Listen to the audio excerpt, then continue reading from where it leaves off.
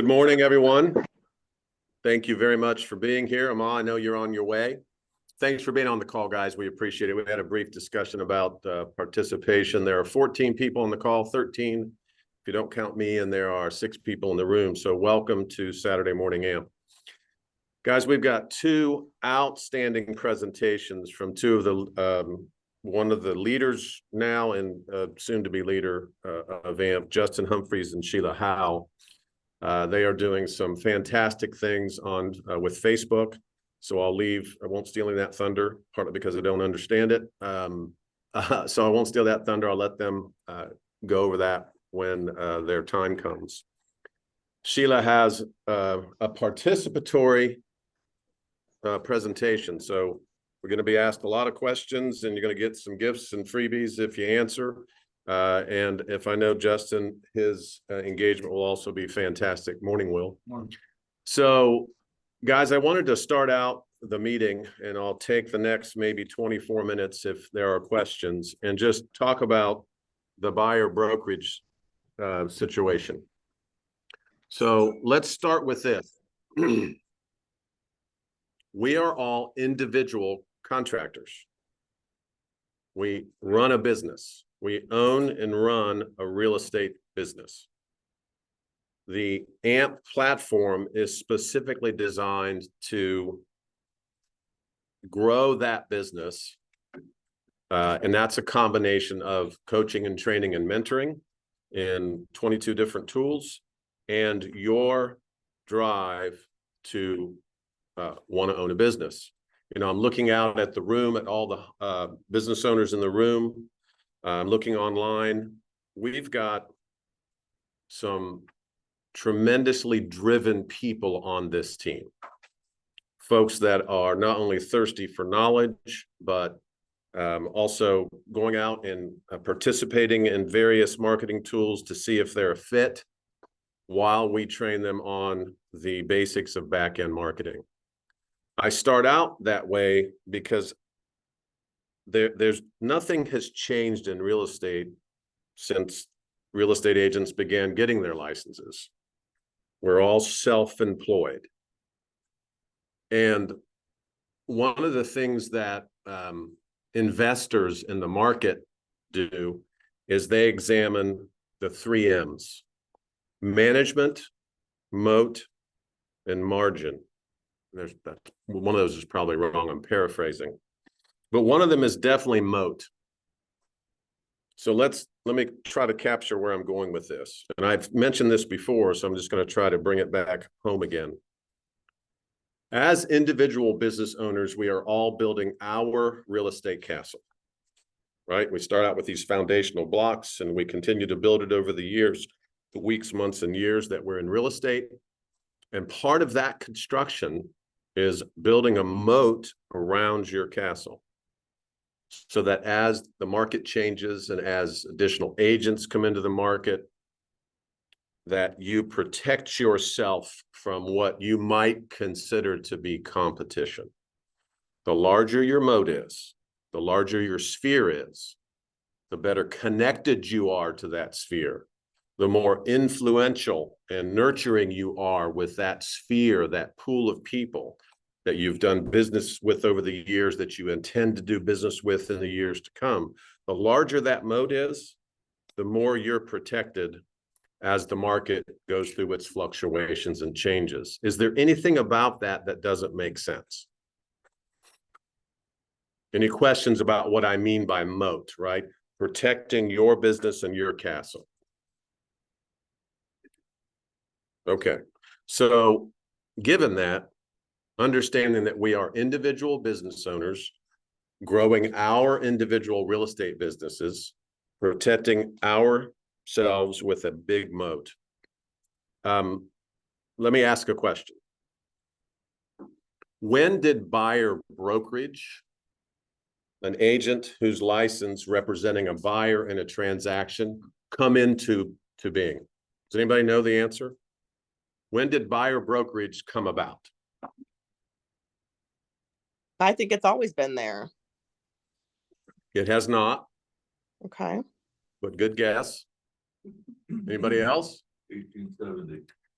Mark Hutchison said 1870, so he's showing his age. Lori says 1972. She got that kind of from me. It's wrong, so I'm putting myself in the same pool of warm water with you. 1990. Is it after 2000? It was the 1990s. So, guys, this is where I'm going with this. Prior to the 1990s, early 1990s, when state statute or state laws across the country all kind of came together and buyer brokerage was formed, every agent who represented a client was presumed to be a sub-agent of the brokerage that listed the house. So you had what you and I would call a listing agent in today's world listed a home. And an agent, either from that brokerage or from a totally different brokerage, would bring an interested party, the buyer, to that house, and they were considered a customer of that agent, not a client. They were a customer. And if that buyer was interested in that particular listing, they then became a client. Of whom? Of the listing brokerage. It was called sub-agency. If Justin was with HER prior to, let's call it 1990. So 1990, and Lori's answer was actually a good one. It was between the 70s and 80s when all these lawsuits came about that finally forced state law to change and have buyers represented by an advocate for the buyer. At any rate, Justin is with HER, it's 1990, and I'm with Coldwell Banker, it's 1990, and I bring a buyer to Justin's listing. That buyer is a customer, and that buyer makes an offer. I would become a sub-agent for HER.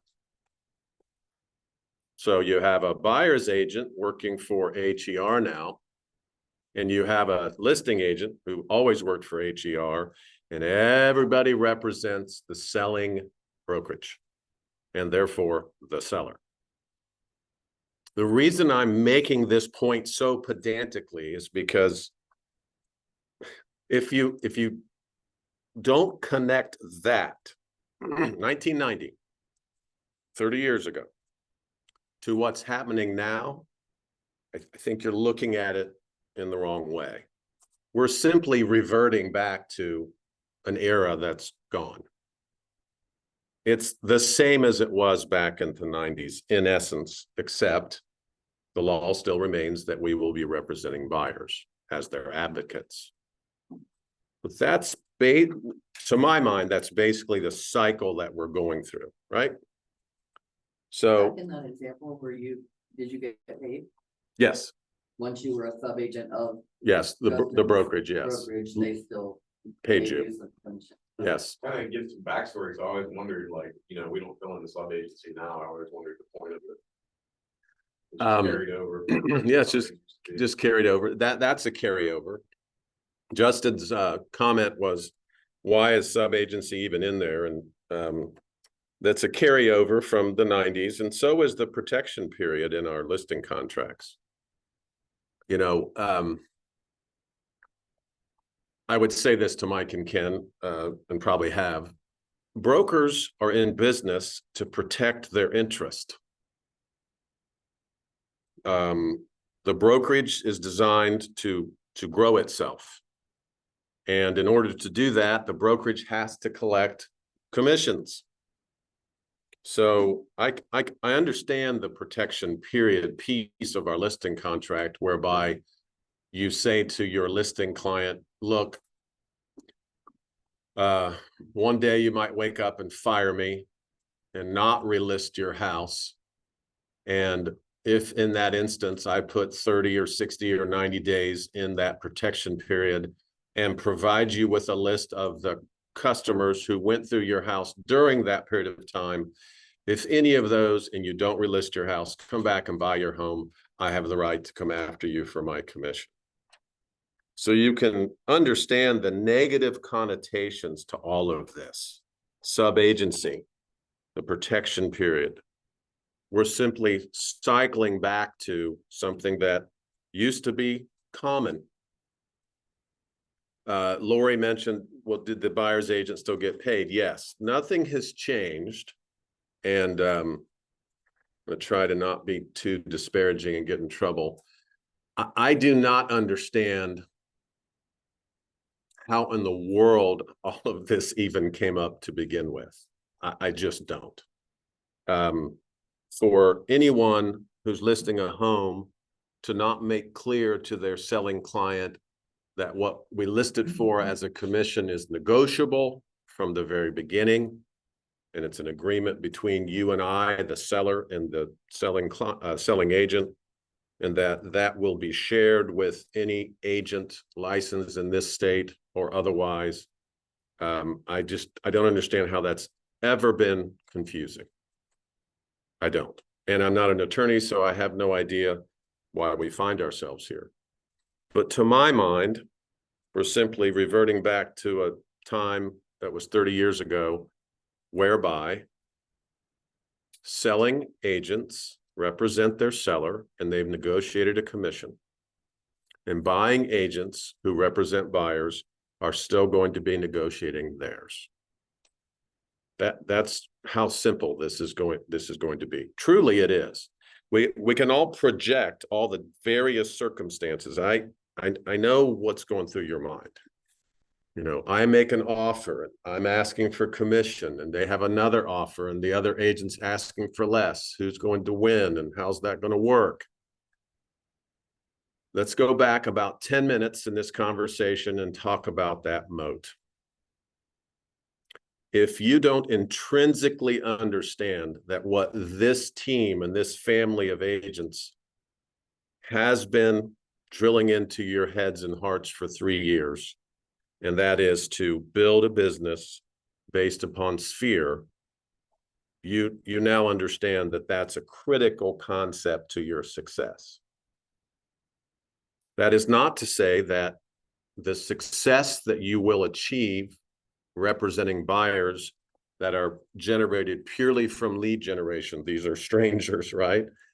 You're going to achieve significant success there as well. And that's why we're training today with Sheila and Justin, because these are pure lead generation systems that they're going to present to you. However, your connection with these leads, your influence and nurturing of these leads is critical. That hasn't changed. As a business owner, it's always been critical. Trust is a critical piece of representing your clients, is it not? What has changed? The trust that we have with the team that we develop, the collaboration with our clients. Will and I were talking about this the other day, and how we cannot observe ourselves in a transaction as standing outside of it. Lori and Sheila entered into a contract, and the evening of that, I got a picture from Lori Spoon of her and her clients having a cocktail in celebration of that. That's the kind of relationships that we would all love to have with our buying and selling clients, is it not? That hasn't changed. They must trust us, and they will. You're in business for yourself. Continue to grow your moat. That's what this platform does. I was speaking to Mike Hall yesterday, the day before, and the OAR and the Columbus Board of Realtors are coming up with a document, perhaps two, that will spell this all out, your relationship with your buying client and how that dovetails with making offers. Red One has responded very well to this, and I can say that objectively. And here's what I mean by that. As soon as this all kind of started bubbling up, we all know what a buyer's exclusive agency agreement is, correct? Yes, we do. So prior to this all bubbling up, our buyer's exclusive agency agreement basically said, and this is obviously a synopsis, there are several paragraphs to it. Between these two dates, I am your buyer's agent exclusively. And if you go into contract without me, I have a right to my commission. That's in essence what it said. And then soon as this stuff started bubbling up, our brokerage changed that agreement.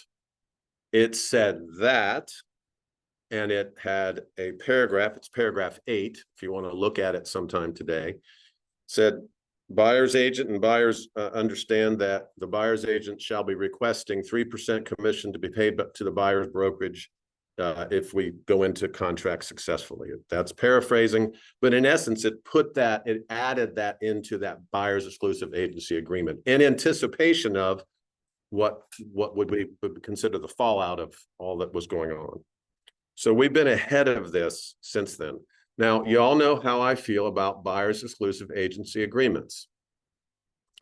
That is going to change 180 degrees because now the market is going to force us all to have our clients sign that and make it a part of our offer. It's a simple document that we will put with our offers. I'm not trying to downplay this for you. I'm trying to help you understand that our track through the real estate market as individual business owners is not changing as significantly as the media and maybe some of your fellow agents inside and outside of this brokerage are having you attempting to make you believe. It just isn't. How many folks in the room understand, this is a poorly phrased question, that housing prices go up all the time? They just do. Housing prices go up. Right now, it's on a track of about 6.7 a year, I think, equity-wise. 2 years ago, it was between 8 and 12, probably averaged around 10.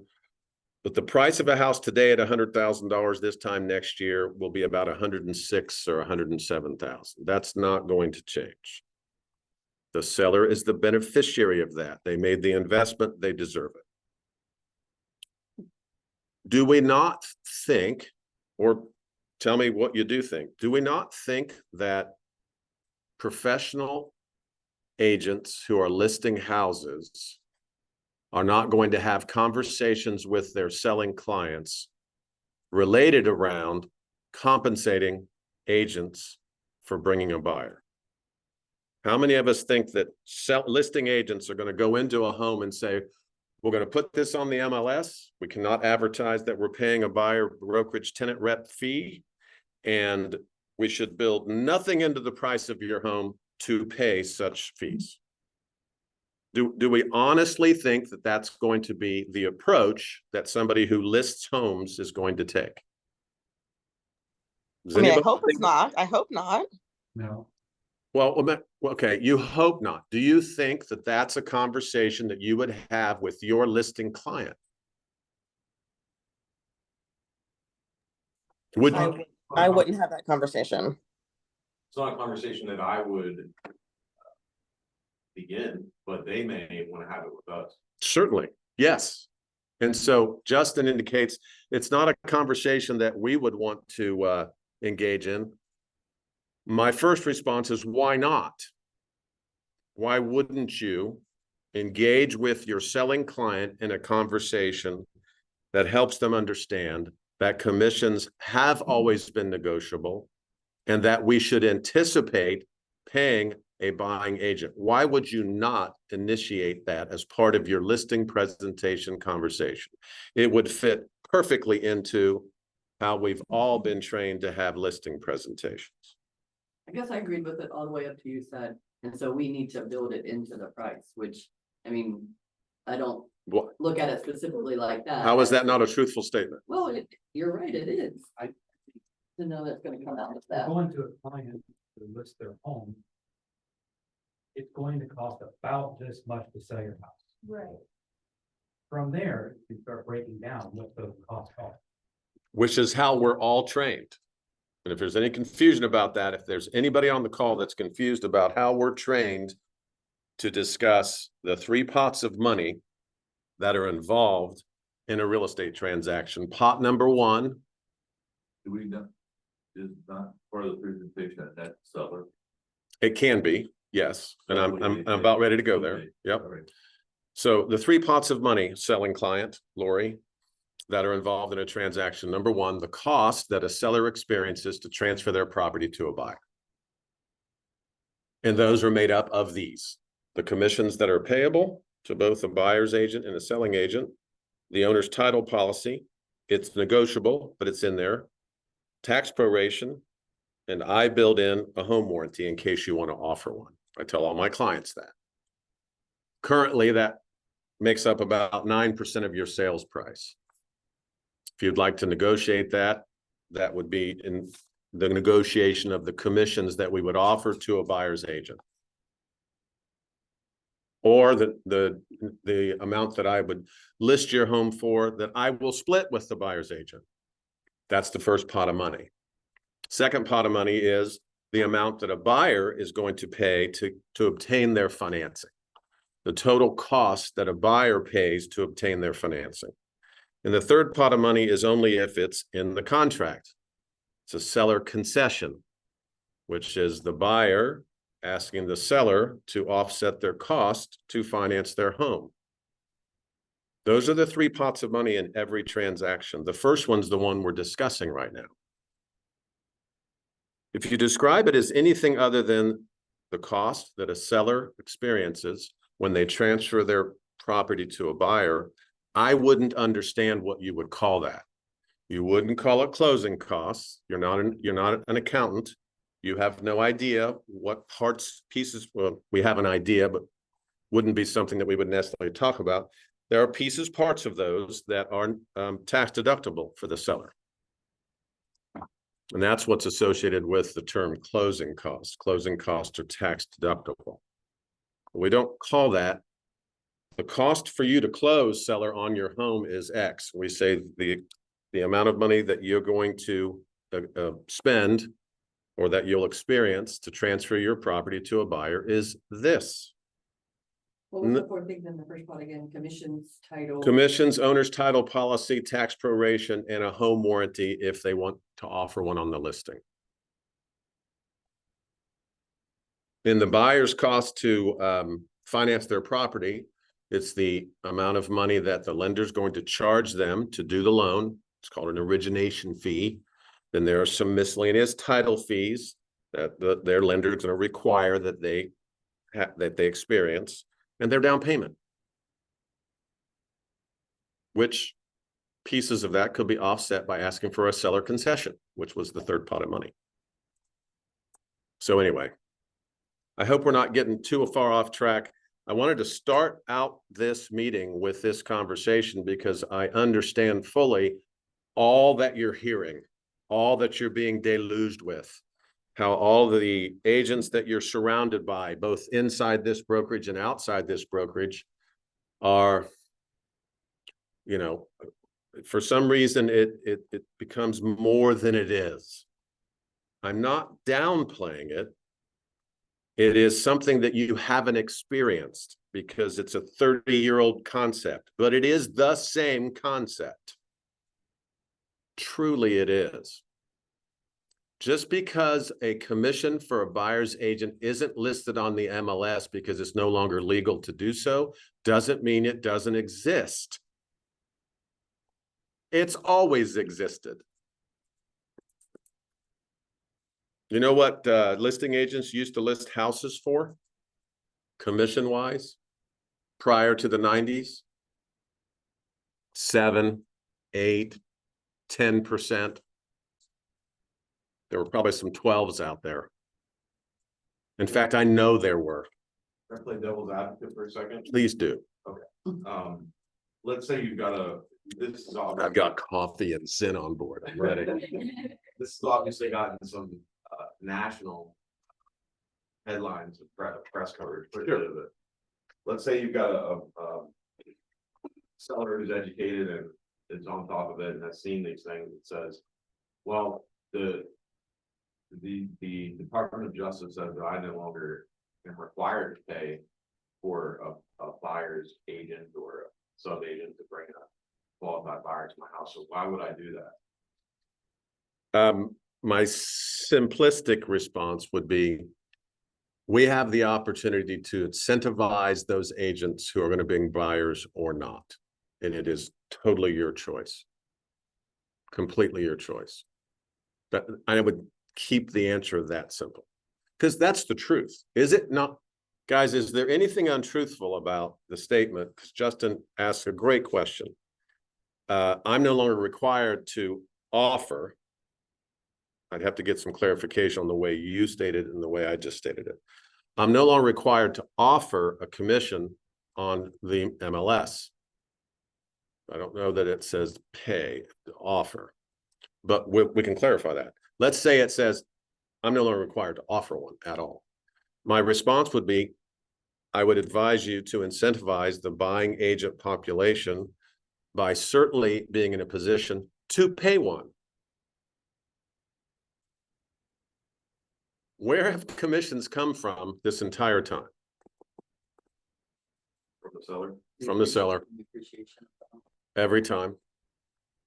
I've told you guys this story before, so I'll repeat it so you understand that intrinsically, the selling market understands the concept that commissions are in the price of a home. Dominion Homes budgets used to include 1.5% in every build. And their goal at the end of the year was to have 50% realtor co-op. We can all do the math. On the ones where they had 1.5 built in, which is every one of them, and there was no agent, they made an extra 1.5 points. On those that involved an agent, they lost 1.5 points. If half their houses had co-ops and half didn't, they broke even. It's all good. The point is, the commission was in there. Guys, it's always been in there.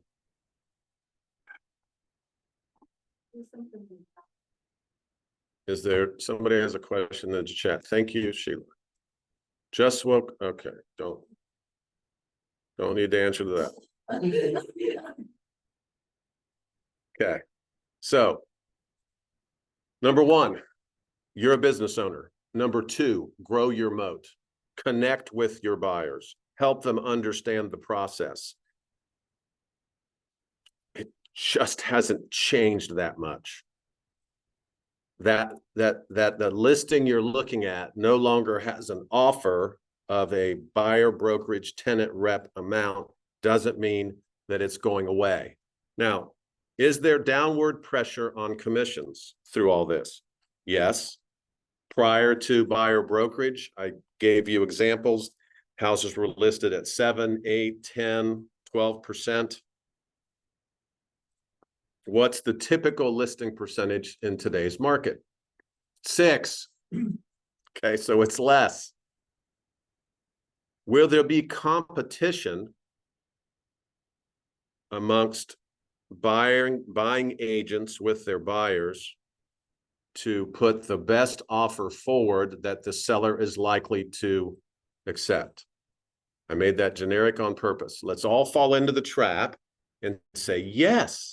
There will be competition based upon the offer you put in front of a seller's agent in order for them to accept yours, asking for whatever buyer brokerage commission that you are asking for, versus another offer that may be asking for less commission. So let's just take that concept.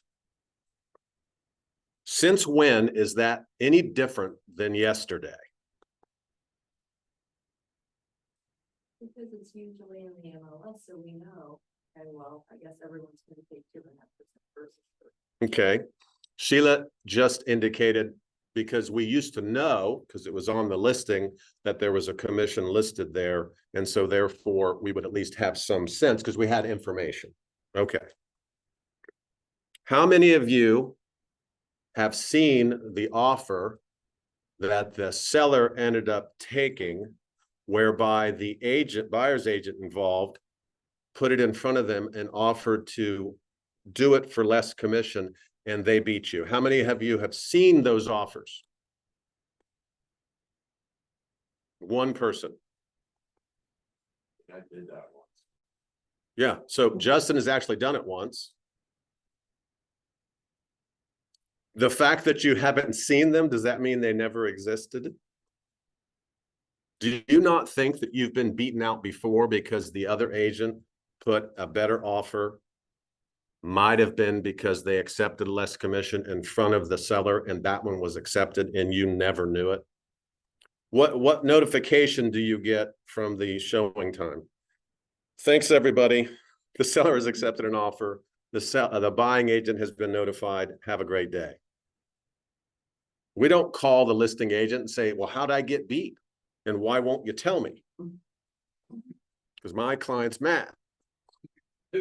Yeah, some people did. Justin just said some agents do that. Well, that's silly. So go ahead. Yeah. Because I thought it was a darn good offer. Yes. Sheila has called because she thought she was thinking that this offer is really good. I love that kind of feedback and everything I'm getting from the room, and hopefully the call is coming through well to you. Here's the end result of all of that. Guys, you're going to get 3 answers. Your client and you've all heard this. So again, nothing has changed. You're going to get 1 of 3 answers when you make an offer. We took yours. Great. I get a picture from Lori that she's having drinks with her client and she's happy, you know, and so is Sheila. Great. We like your offer. We'd like to counter 1 or 2 things. We hope that'll work out. Great. We're in the game. We're still dancing, still good. If you do a baseball analogy, it's still 3-2 and I've got a shot at this. 3rd answer. We took somebody else's. If your buying client is unhappy with the 3rd answer, that is your fault as a business owner.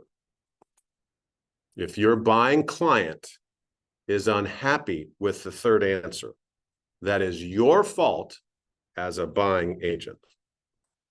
Just give it a big hug, guys, because that's the truth. It's brutal, but it's the truth. If we're not sitting with our buying clients and saying we should put our best foot forward, we really should. Now, this is not a hangover from 2 years ago when we were all putting extraordinarily aggressive offers in front of sellers. This is not that. I'm not talking about that. The habit of putting your very best foot forward should be established by all of us. And you should have buy-in from your buying client that this is the best that you'll do. Is that correct? Great. Then when we get the call tomorrow, if it's yes, counter, or no, we're just moving on. Or if it's no. Now, I understand that, you can't die on that hill because of course there's going to be disappointment that our offer didn't get accepted. We thought we did our very best. The concept that I'm trying to drill into your brains is that your buying client put their best foot forward. Disappointed that their offer didn't get accepted, but they wouldn't have changed a flippin' thing. Not their price, not what you negotiated as commission, not their loan commitment time frame, not their pre-qualification time frame, not the amount of their earnest money, not who it went to, not when you're closed, and not when you gave possession. None of those things would have changed. But in the No, in the rank of those things that they have control over and that affect them. The number 1 thing on that list for them to, let's say, improve upon would be our commission, would it not? That Justin asks a great question. Of all those things, one of the question marks that would stand out largest in their mind, according to Justin, is the amount of commission we asked for. That presumes that the selling agent and the seller didn't already have it in there to begin with. Which is not gonna happen immediately, if it is at all. Guys, again, if If we had a magic wand, we would wave it, and everybody in the room and across the brokerages in the state of Ohio would continue to habitually say, these are the costs that a seller experiences when they transfer their house to a buyer. That includes commissions for the agents, owner's title policy, tax preparation, and a home warranty if you want to offer one. What would you like to offer? We're not going to advertise it in the MLS. What would you like to offer? Meaning, what would you like to have sitting there to pay, to incentivize a buying agent to bring you a buyer? I would love it if every selling agent, every listing agent would have that conversation. If you presume that all or half or 25% or 75% of them will simply say, we're going to build in 3% for me, and we're going to leave the buying agents out of it, and we'll just see what offers come to us, then Justin's point is a really good one. Do you think that, just, like Mark brought up the net seller, that's where I usually address the commission thing. I do it on my phone, but yes. Do you think that simply presenting that net to seller, it's got a 6% built in, we discuss those numbers Yes. and they're okay with it and we move on with our lives? Yes. Yes. Justin just captured it the way that I envision. If guys, if you think I'm being pie in the sky when I talk this way, great. Tell me. But if you envision that every agent who's going to go out and list a home is going to say, we're going to price this, think about it, we're going to price this such that we are not offering a buyer's agent any commission, because it's in there. We're going to price this way. If you think that's the conversation that's going to take place across this state, I disagree.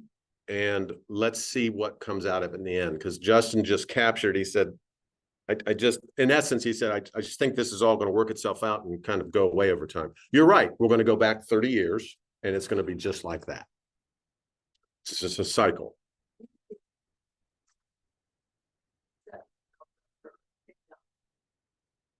Because they're gonna be disappointed when they actually get the they're somehow they're gonna pay that 3%, 2%, whatever. Right. Sheila indicates that there may be some sellers pushback if an agent approaches the listing as not only are we not going to offer it on the MLS, but we're not even going to put any money in there for it. And if the seller doesn't understand it or think to question it at that point, they will when they get to the closing table. Sure. And then there goes your fear on that one. You know. Influence, nurture, communicate, build trust. It goes back to, I just can't wrap my brain around how this ever came to be. Do you envision as part, like, we've got a buyer interested in a house, we showed it, part of our information gathering process when we reach out to the listing agent is, hey, what are the sellers looking for in the offer? Do they need possession after closing? Yada, yada, yada. What are we offering for, is that where that conversation would take place? Yeah. What are you offering? Justin's bringing up a good point. Perhaps the habit that buying agents will get into is, I'm not sure how well it's going to work out, because as a listing agent, and again, I'm old, maybe that's just the answer. When I hear from buying agents about, what do you think is going to put this together? What do you think is going to work? What do your clients need? If it's not in the MLS listed, hey, we need closing on this date, possession, flexible possession, or contingent upon the buyer or sellers finding suitable housing. If it's not in the agent remarks, which would be smart to put it there, I'm not comfortable fielding those questions. My answer would be, put your best foot forward, and I'm not poo-pooing the question, and maybe I'm not understanding what you're asking. Well, how are we going to know? But in addition to that, that phone call might be more limited to, have you had a discussion with your seller regarding buyer brokerage commission? If the answer is yes, that's all I want to hear.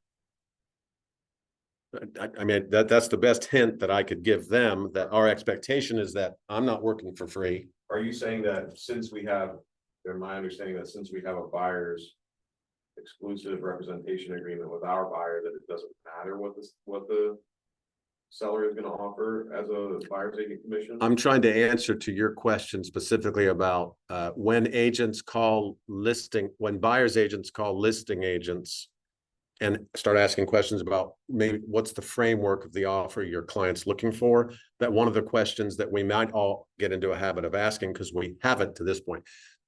We've asked about possession, closing, you try to hint around about price. Have any of us ever said, because it's right on the listing, are you paying a buyer brokerage commission? So maybe we add that question. Have you had a discussion with your seller about a buyer brokerage You commission? never had to ask. I understand. So I'm saying maybe that question does become one that we start asking, and you ask it in such a way that you would get a positive feeling about the answer. So I'm not sure that you could be very specific when you ask, are you offering 3% as a buyer's commission? You could ask the question. Maybe. What if, you have the seller that's only paying 3%, the seller not paying anything to the buyer? What does that do with? You don't know that, so I'm sorry, but the foundation of the question is based upon an unknown. However, go ahead with the question. Well, I'm just saying, as the selling agent, you have someone who only wants to say, I'm only wanting to pay 3% to you, I don't want to pay the buyer's commission. You have no way of knowing that. Go ahead. Well, but during the. He's saying that he's the selling agent, and he has had that conversation. Yeah. with Oh, his then I seller. misunderstood the context of the yeah, question. it's- You're the selling agent. Yeah, Your client has said, we're not paying we're not going to pay a buyer's agent at all. yeah. Okay, so Wouldn't that impact for the buyer, the mortgage loan, the loan process? Because I know for the VA loans, buyers can't pay anything outside of the cost of the house. they can pay for the termite now. No, yeah, but what would be like the conversation you want to have with your seller on something like this? Like, well, might have the possibility of the buyer no longer being able to pay this because they're going to potentially lose their pre-qual fee. In a VA, yes. That, VA. yeah. So, but that presumes that if the selling party and the seller's agent have said, we're not accepting an offer, that this conversation took place in private, we won't accept an offer where the buying agent asks for commission, which would then lead you to believe that the buyer and the buyer's agent are having a separate conversation that, hey, you're going to pay me, which you can do, and in VA, they can't. Don't know what the answer to that would be. The VA can't pay. A veteran cannot pay for anything on the HUD that's disclosed outside of the termite. They can roll their VA fee into their mortgage, but they can't pay any out-of-pocket expenses that are disclosed on the Alta. Interesting. Okay. So Okay. that's- First time home buyer that doesn't have a lot of cash. Right. Potentially. So it, right. So it goes back to the presumption that that's going to happen. I don't think it is. And you're right.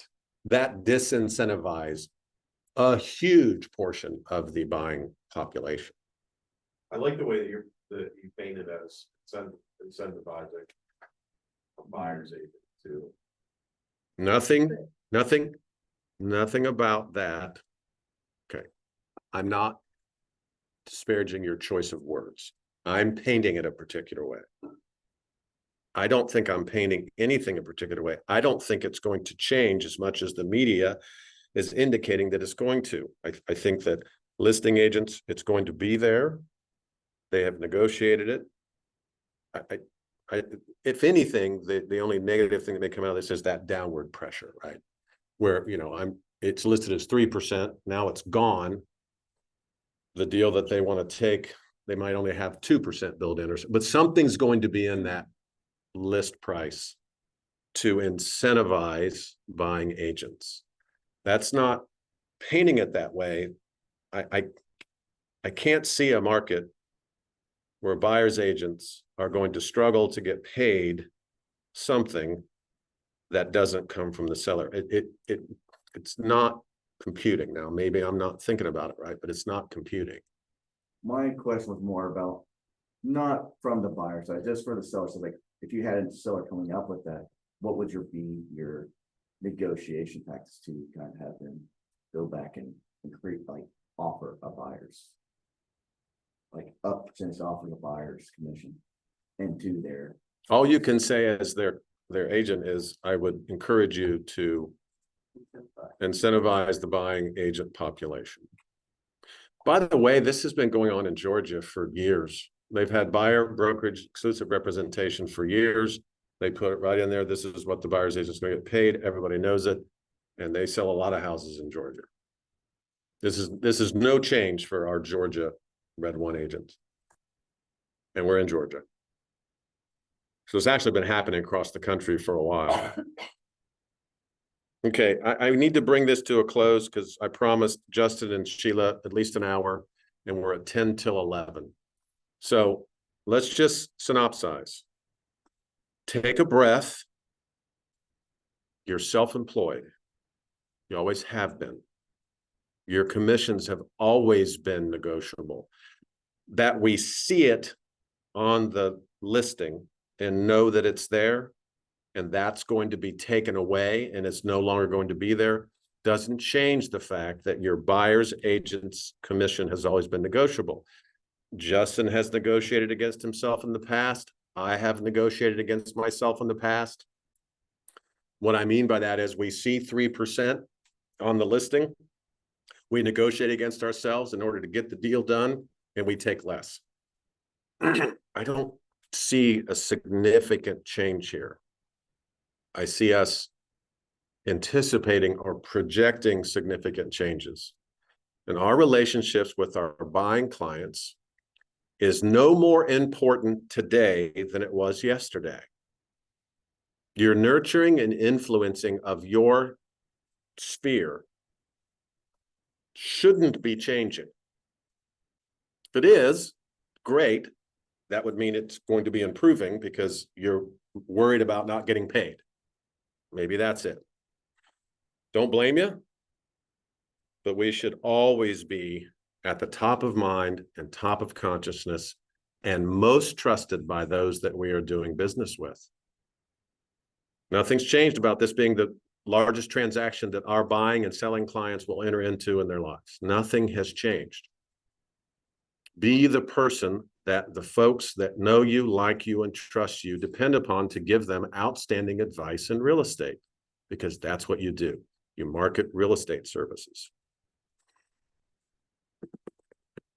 Don't allow this to chase you, I guess is the best way to end that. Or overwhelm you.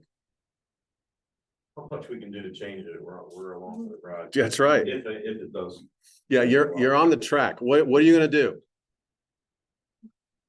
You know, well, you know, it's no longer advertised on the MLS. There's a buyer's agent that I'm definitely going to get paid. I think I'll go do something else. You can take your marbles and go home. That would be silly, but you can. We have an incredible team, guys, with outstanding resources. Let's talk to each other about this stuff. Nothing changes when you're making offers. You've got many people that you can get a hold of to help you couch the terms that you think will be your client's best foot forward. How has that changed from yesterday?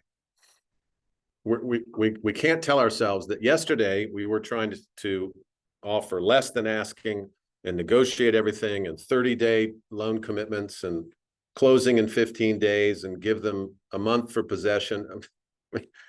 We could get ridiculous about this if we wanted to. How has anything changed as it relates to the offer you're going to put in front of a seller? It's going to be the most aggressive offer that it can possibly be. That hasn't changed. Or has it? If it has, I'm going to say that it's more in your mind than anywhere else. Hi, Cecia. Hi, Sierra. Sorry I didn't get a chance to say hi to you.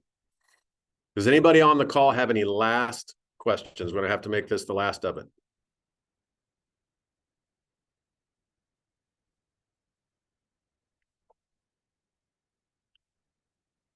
Dana, Yes, sir.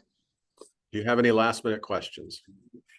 I do not. I'm just trying to take it all in. I think it's going to be fine. I feel confident. It's just having those conversations ahead of time, whether you're a listing agent or a buyer's agent, is just being fully transparent with your clients and knowing your value and knowing what we're worth. And I do see, like Sheila said, I just had first time buyers go into contract and we were nickel and diming every last dollar. And as a buyer's agent, they would not have been able to bring cash to the table for me. So they just wouldn't have. But I'm hoping that listing agents will do the ethical thing and represent both sides. Because at one point, that listing agent's going to be a buyer's agent. That's right. What goes That's my around 2 comes cents. around. Yep. So we can all either get together and get on the train and fight the good moral fight. You said ethical. There's nothing unethical about offering less commissions. But morally, we all need to come together. All right, that's enough of that. Without further ado, I'm going to introduce Justin Humphreys. Justin Humphreys has been in real estate for 7 years. 6 years. 6 years. He's an outstanding agent, very productive, available for other agents, and he's going to present to you a program that or a marketing tool that he launches on Facebook, and then we'll dovetail that with a tool that Sheila Howell launches on Facebook, and all of this dovetails KV Core and Facebook together, and you guys are going to love this stuff.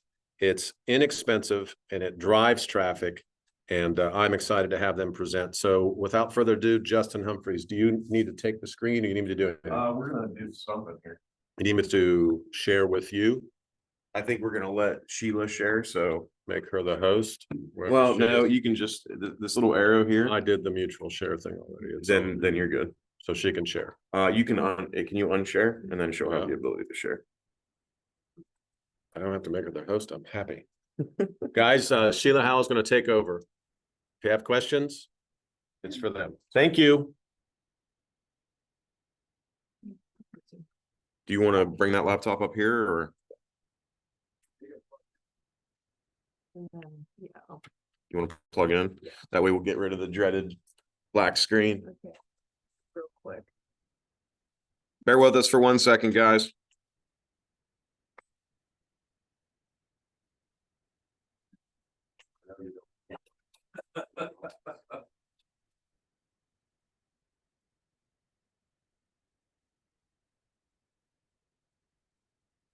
Will you need the adapter, or will you have a straight HDMI? Okay, there you are.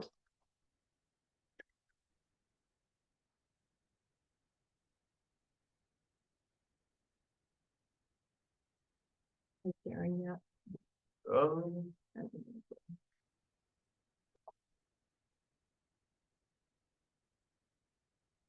There we go. Looks as though you are not.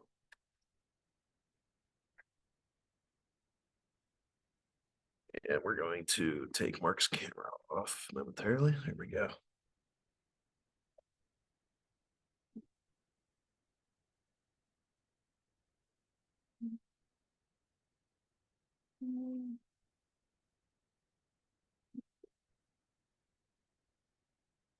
Do we want to present it, or just keep it up like this and with the slides on the side? Oh, there we are. Perfect. Thank you.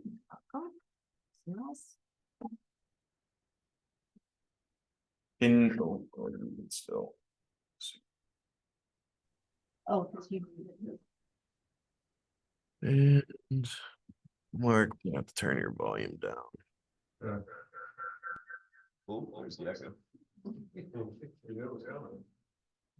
All right, can you guys hear me? Can everybody hear me? Yeah. I know that- Yes. I know you guys in the Yes. class can. People on the call, can you hear me? Yeah. Justin? Yeah, we can hear you.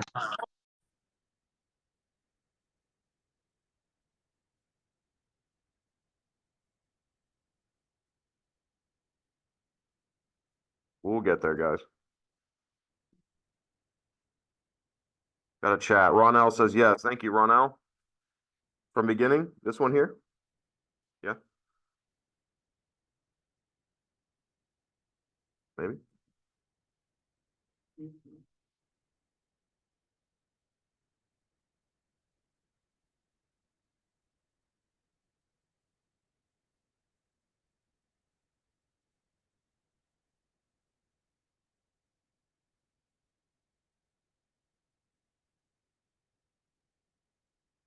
Okay, here we go. Yep, I think so.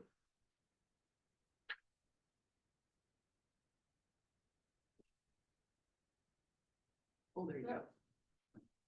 That's good, right? Yep. All right, guys. Thank you for bearing with us here. So the way I understand it, anybody that participates today. Yep. So Sheila, the wonderful person that she is, put together this beautiful Easter basket. So anybody that participates in today's call, whether that be asking a question, answering a question, telling us we look pretty, anything like that, you're gonna be entered. Mark's already entered. You're gonna be entered to win this Easter basket. It's got a lot of good things that every real estate agent needs. It's got sticky notes and notebooks and Hall's cough drops for when your client's kids give you COVID. And it's got highlighters and pens.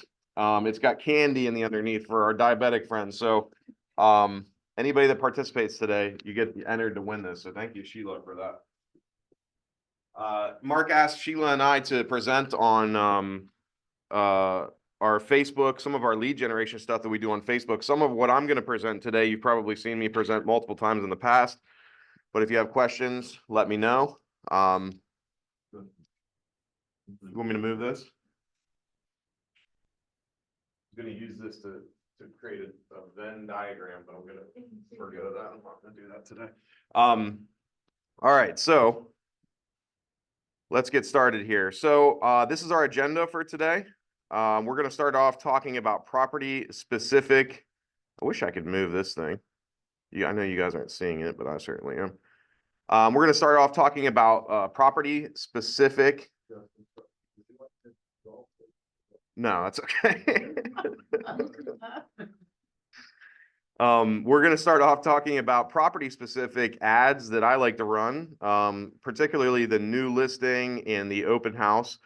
And then we're going to get into branding, some examples of branding, some agents that are doing some great stuff, how to share testimonials, things like that. And then Sheila is going to come in and talk about her process for forms on Facebook and ads and managing the outcome of those ads and how people interact with them. So without further ado, we'll go ahead and get started. I'm going to do my best to keep an eye on the chat, but if anybody sees something I don't, go ahead and speak up and holler at me. All right, so property specific ads that I like to run on Facebook would be an example of this here on the right. Anytime I have a new listing, and again, you guys have probably seen me talk about this a bunch.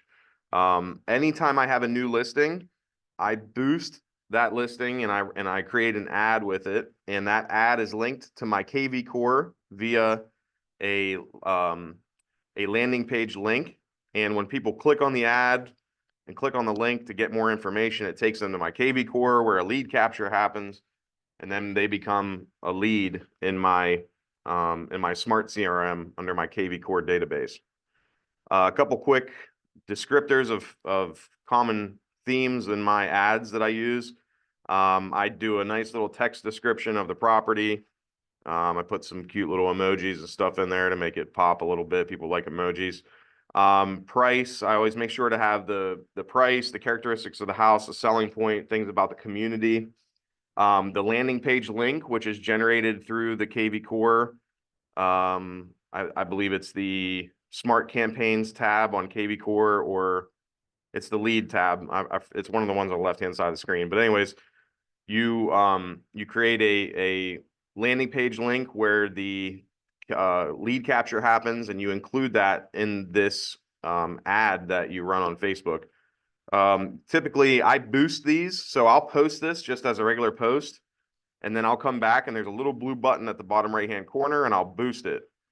In that boost, I can also put the link in there so that when people click like the learn more button or the get more information button, it takes them to the same place where the lead capture takes place. Budget for boosting these, I typically spend, depends on the area. If I think it's like gonna be a really sought after property, I'll throw $50 at it. I'll keep it to a 20-mile radius.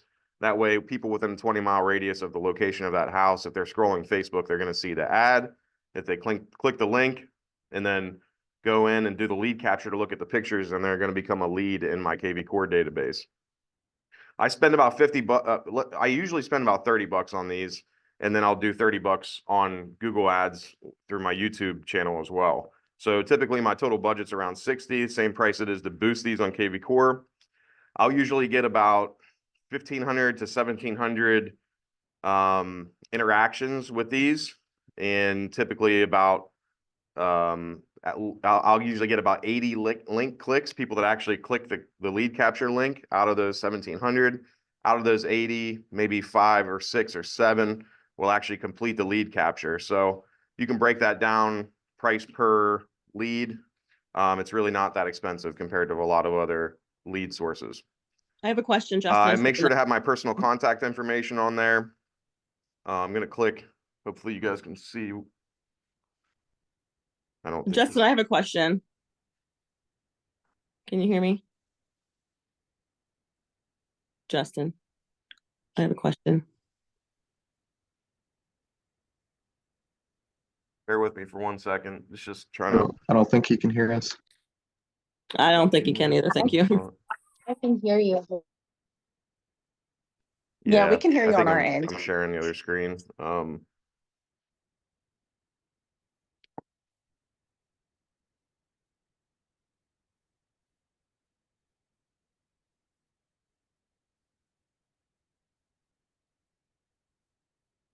Oh, I don't know how to get that to work. Sorry, Sheila. It's up to you. I'm not sure how to get it up. Question. Dana's got a question. Go ahead, Dana.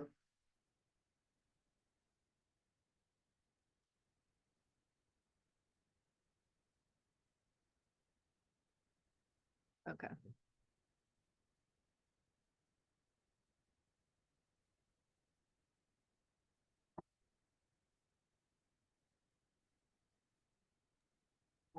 Justin, can you hear me? How long does the ad last? She says. That one. Justin, is this only on your listing or do you do it on any written? You could do this on any red one listing. I'm going to answer a couple questions in the chat here. Correct, Dana. Apparently I can't hear you. I cannot. I don't know what's going on. I don't want to mess with this too much. It's already an apparatus. So the leads last as long as you want them to last. I typically, since most properties, the average days on market for Central Ohio is, what is it? It's like 35 days right now. But typically these listings are in contract in 20 days or less, let's say. So I'll run it for 2 weeks and see how it performs within that 2-week period.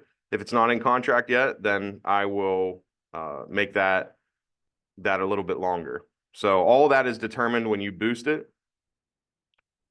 For $30, how long does that last? You decide how long it lasts, Dana. You can literally choose how many days it runs for. I typically, for $30, I'll let it run for 14 days. And if it's not in contract, I'll go back and throw another 30 at it. Caitlin's asking why this strategy versus property boost on KV Core. That's a good question, Caitlin. My opinion to the answer to that question is that yes, the $60 property boost on KV Core is very easy. It's very hands off, but there's a trade-off with that. Also, I have no idea, at least I don't know, maybe some of you guys might be able to figure this out. I don't know how to track the analytics. Kelsey, I'll get to that question in 1 second. I don't know how to track the analytics when I do a KV Core property boost for $60. I don't know where all it goes. I don't know how they're advertising it, how frequently and what area. Those are all question marks to me. And in my opinion, the leads that I get from the $60 KV Core automatic boost versus the leads that I get from the method that I do manually boosting these through Facebook, the lead quality is a little bit better from these Facebook leads because these people are clicking on a lead capture thing. They're putting in their number and their email. They're expecting someone to reach out to them. With those KV Core automatic boosted leads, a lot of times I would reach out to those people and they would say, how in the hell did you get my number? Who is this? What are you calling? I don't even know what you're calling me about. So that's been my experience. And that's why, Caitlin, to answer your question, that's why I prefer this strategy versus the KV Core boost.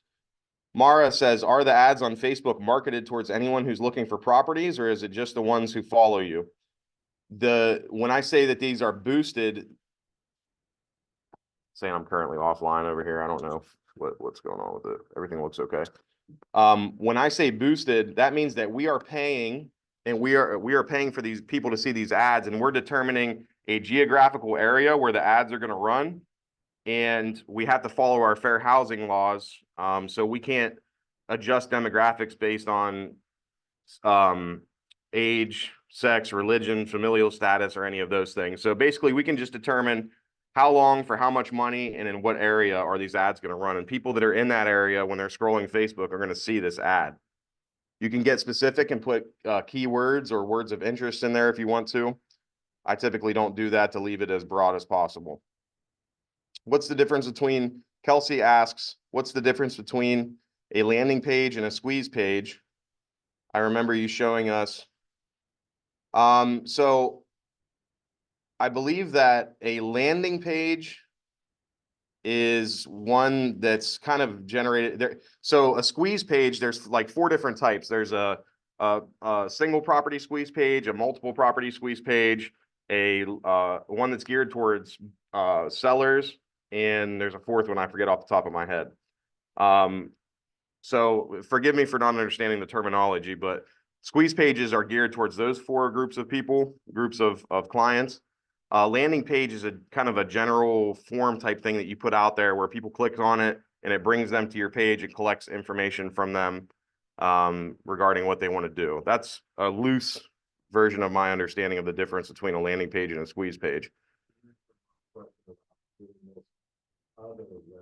Sorry, Mark, I apologize.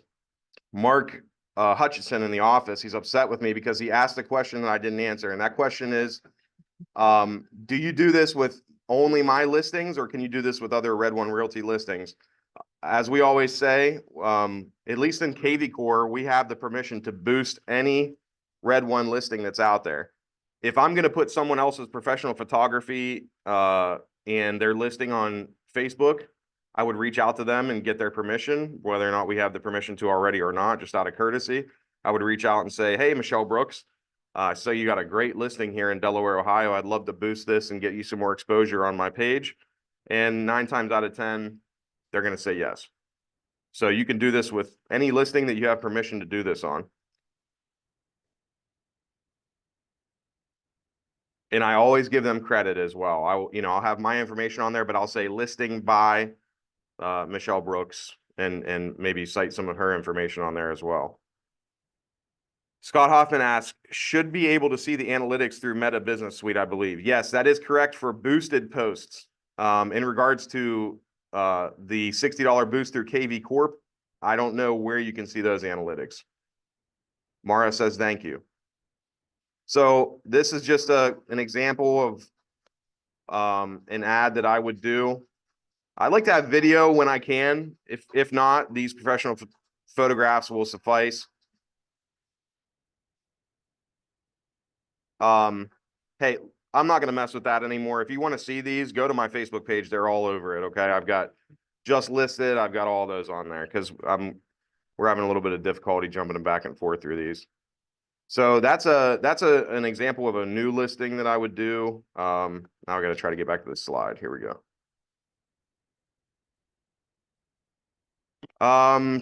So that's new listings. So I definitely boost all my new listings. If I've got a listing that's hitting the market, I'm boosting it no matter what. If you're not comfortable with this, stick with the KV Core boost until you mess around with this a little bit. But Facebook makes it really easy to do this and to customize these ads. You do need a Facebook business page in order to do this. You can't do this from your personal page, which is one of the reasons I have a Facebook business page aside from my personal page. I'm going to go to the next slide here. In contract, I typically don't boost these. I certainly post these everywhere that I can see them. And all the trendy people are, you know, on social media are saying, these are dead, don't post these anymore, no one cares about them. Well, I still feel like they're important to post because it's another way that people can see my face and name related with real estate, and they know that I'm getting some business done. You can brag on here and say, in contract above list price with only 2 days on the market. This could be you, let me sell your house type of thing. Same thing goes here, text with a description of the property, emojis, keep the price in there, characteristics, selling points, personal contact information. There's a video associated with this that I did as well, but it's same stuff. If you want to see examples of this, go to my Facebook page and copy it if you want to. You can copy it down to the text. I really don't care. If it helps you, feel free, go for it. I can't see a clock on any of these. What kind of time am I working with here? Okay. Just closed, same thing. I don't typically boost these. Now you could, if you've got extra budget, let's say you have a marketing budget and you've got a few extra dollars in there and you want to boost this and geographically put this in that neighborhood down there in Hamilton local school district, I believe it was. You know, it'd be a good way to let the neighborhood know that you just closed a property there and to familiarize them with your face and name. They see your sign in the yard. Maybe they see you on Facebook as well and say, hey, I need to sell my house. I just saw Justin sold this one down the street. Maybe I'll reach out to him.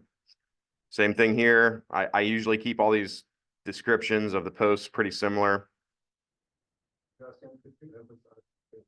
Yeah, go ahead.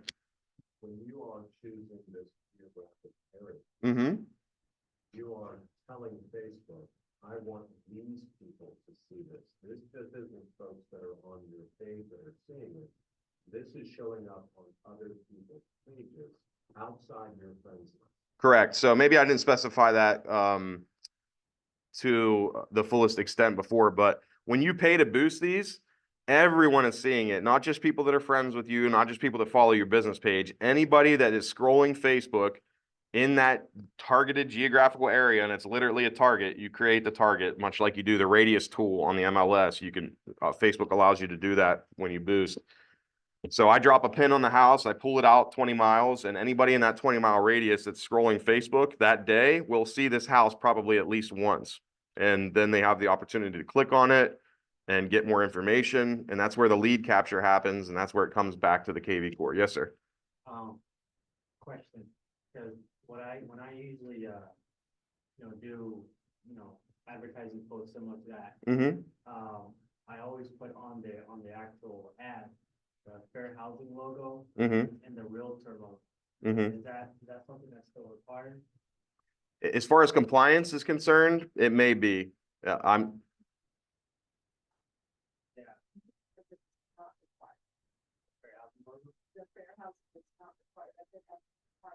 What was the other logo that you typically use? Okay. And it's Muhammad, correct?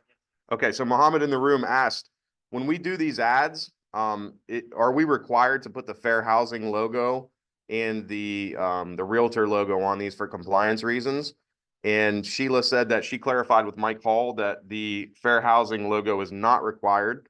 And that it's to our understanding that the realtor logo is not required either. If you want to be safe and just be super compliant, you can certainly include those on there if you would like to.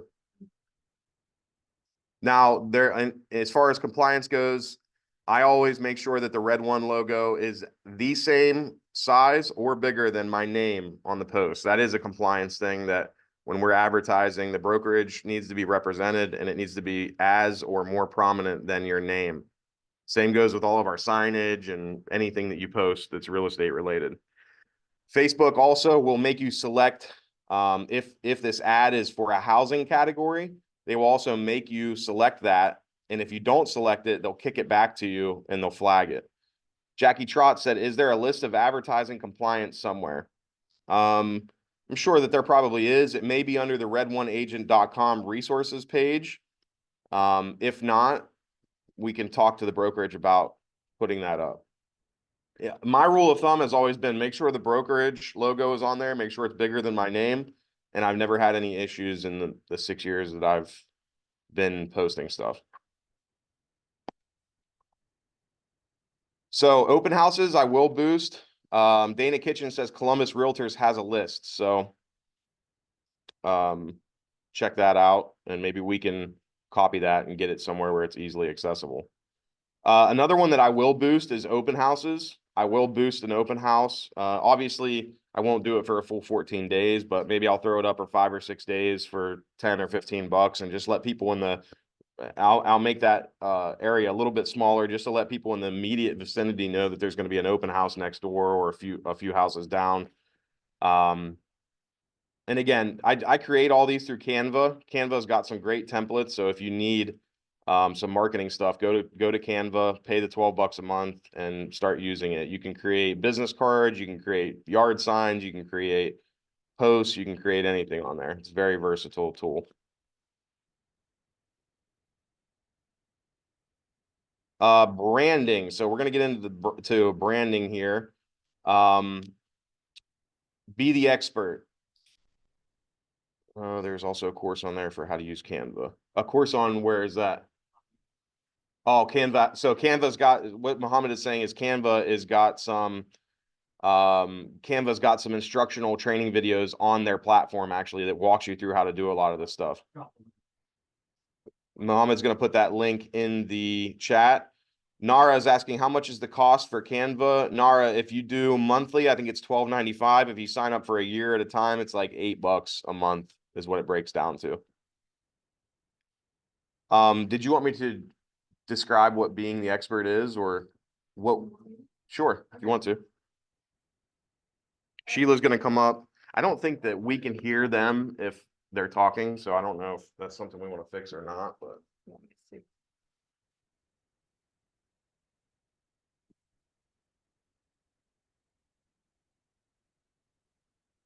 All right, we'll just go. All right, so being the expert. So really, when you think about it, it's about like making yourself stand out and be the expert. So are we the expert on everything? Obviously, I'm not the expert on VA loans, but there's probably someone in the room that is. And so when you think about it, really being the expert and going out there and sharing that knowledge is really important. So then another part, is around the testimonials. So, if you're working with a client, and I'm sure that your clients will love to give you a testimonial.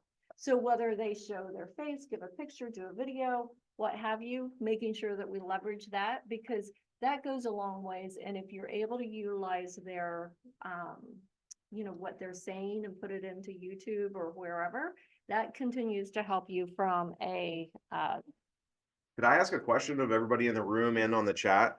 Are you guys collecting client reviews? And if so, how are you doing that? Anybody can go. I do. I just basically, I wait till I don't ask like right after closing. I probably wait maybe about a week minimum, maybe sometimes 2 weeks. Maybe on your first follow-up? Yeah. Yeah. Not on the first follow-up because on the first follow-up, I want to make sure like, I'm checking on, see how they're doing, Gotcha. I'm asking for this favor. Yeah. Usually on the second follow-up, I'll just say, hey, thank you for your time. I feel like I'm worthy of 5 stars. I really appreciate it. Just be direct and kind of paint it that way. Yeah. And how are you collecting those reviews? What platform do you use? right, I use just Google right now. Okay. I haven't really done like Zillow yet, I have a page, but I just text them the link Yeah, to where they can do it. gotcha. It's, all they gotta do is click the link, sign on. And Yep. just basically that. Awesome. Anybody else in the room or on the chat have interesting techniques for collecting reviews on where you do it or how you do it? I think the timing is really important, as we were talking about, like that is something that is, because that can be so important. You know, when do you want to reach out? And I like the idea of waiting a little bit because they are overwhelmed when they are in the process of a move. Yeah. So getting that timing right is really important. Dana says, I send a thank you card to a client.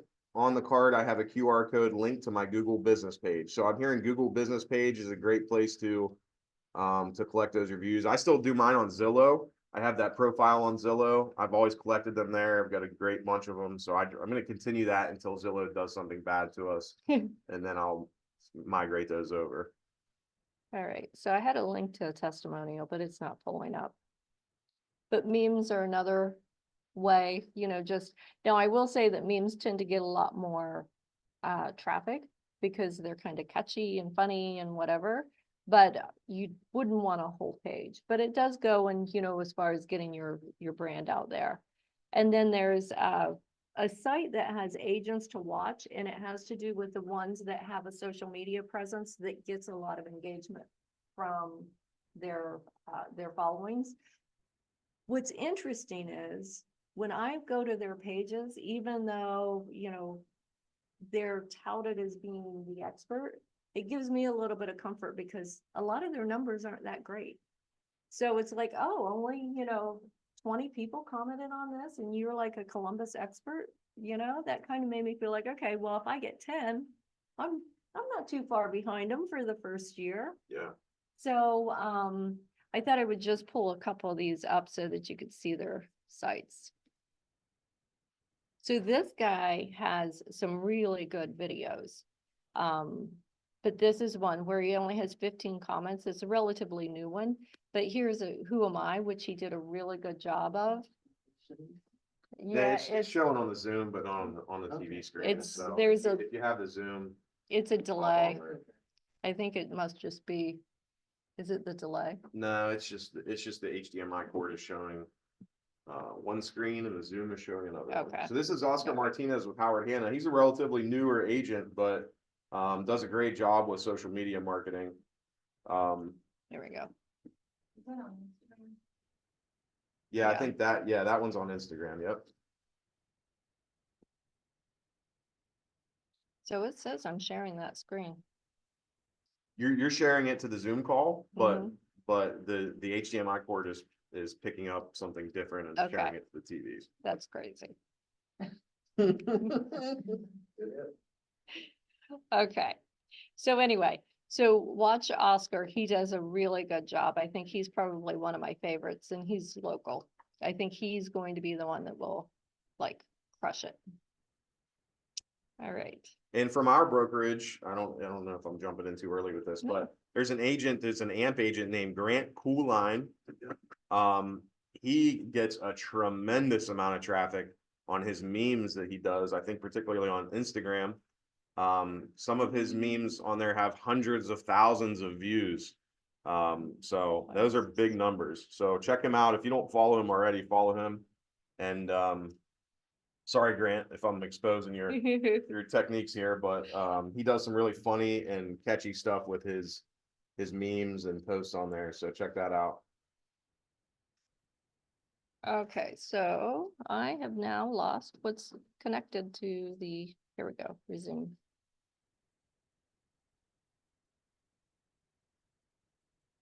It's not showing. It should be is it one of these other tabs down here? I think That one? I think it's the one all the way on the right. Ah, okay. There you go. All right, so. Okay, so then we're going to go into how to build the Facebook and Insta ads. Before we do that, I'm gonna need my computer and I don't know how to change what the HDMI is showing. Okay. So I'm gonna end the slideshow. And yeah, we won't end the call. Okay, what do you need to show on there? I want to show.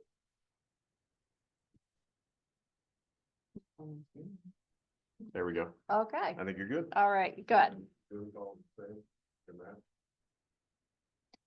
What do you tell them to do? If they want. Okay, and then Want me to share?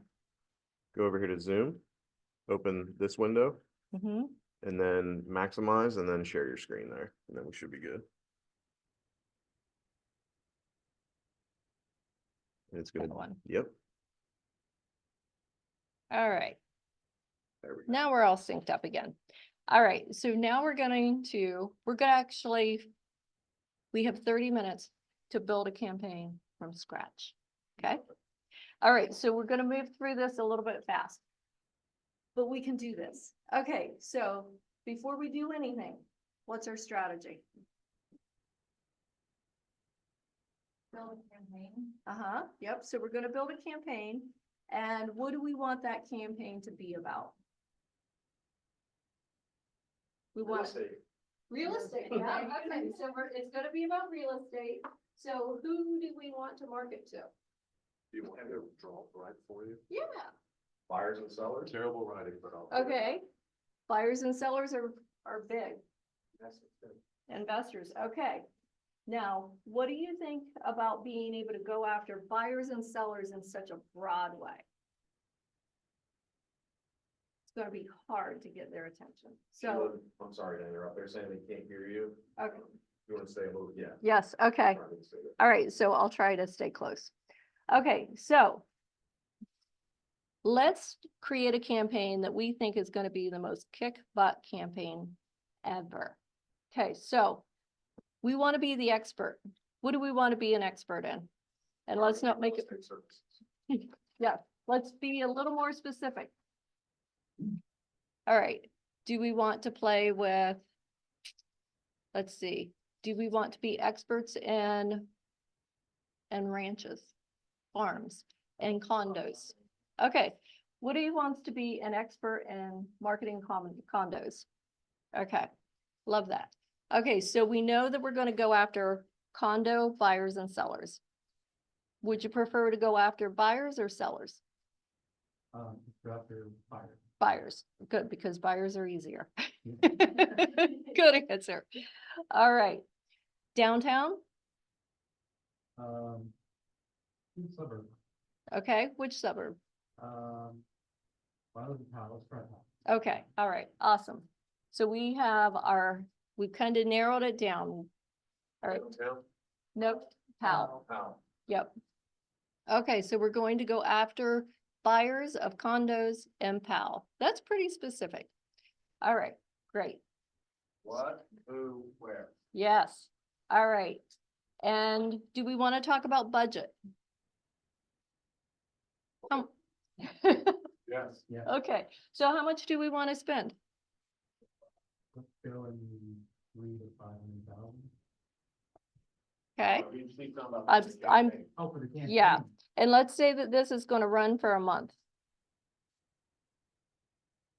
This market's gonna drive the price. Okay, Yep, What do you want to spend?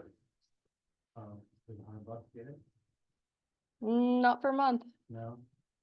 250? Let's do 250. Okay. Cause that's really like $10 a day, less than $10 a day. So, So it's less than $10. yeah, if you average that. Yeah. All right, so let's think about some of the messages that we would need after, okay, so now can you flip to messages? Sure.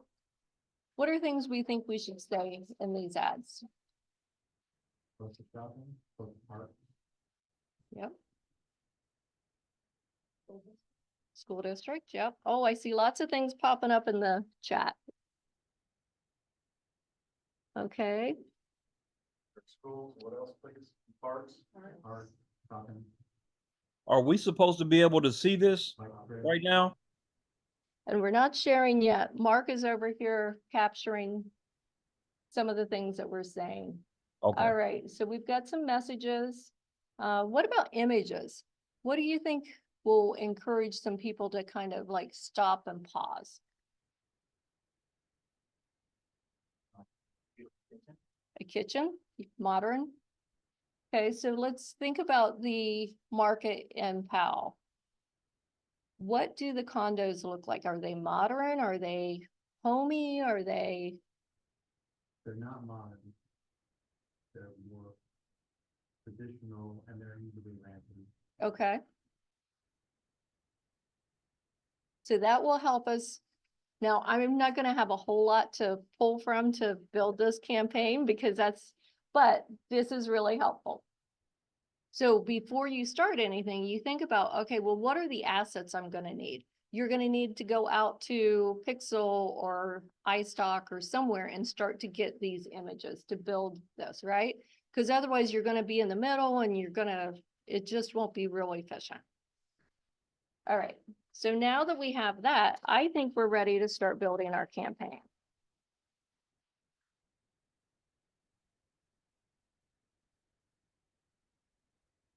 HOA fees, Dana says. Yes, we need to be aware of the HOA fees. All right, so it looks to me like, yep, we're sharing. Okay, so now we're ready to go build. All right, so as Justin was saying, having that meta page is really important. Having your page set up as a business is really important. So I like the I like the form. And the reason why I like the form is because it captures data before they ever go anywhere, like in order for them to see it. Okay, so we're going to go, can you guys see this on the Zoom or not? The flyout? Yeah. Okay, all right. So I'm gonna scroll down and there's a section for instant forms. Yeah. Okay. So I built a couple, but we're gonna start from scratch. We're gonna create a form. We're gonna create a new form. And no matter where I put this bar, it is in the way.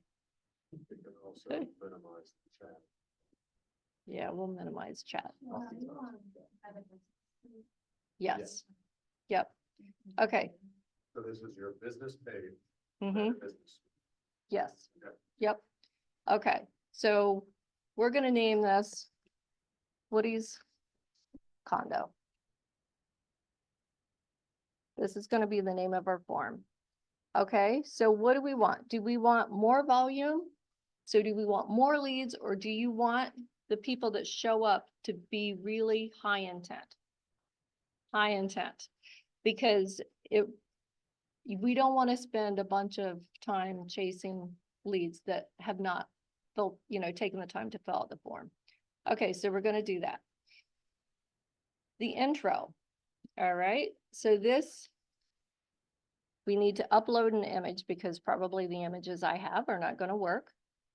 Now, if we had an ad that we thought would work, we could just utilize what's already there, but we're going to go.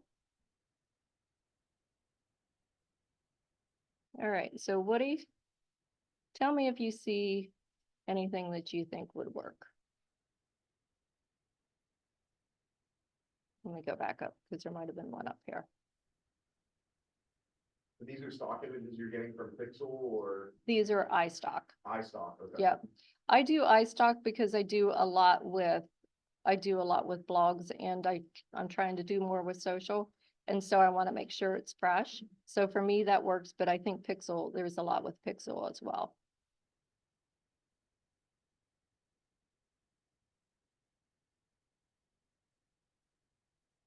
I see drinks. Maybe that's for when you celebrate with your. Oh, I'm seeing a lot of drinks. I'm like out of theme.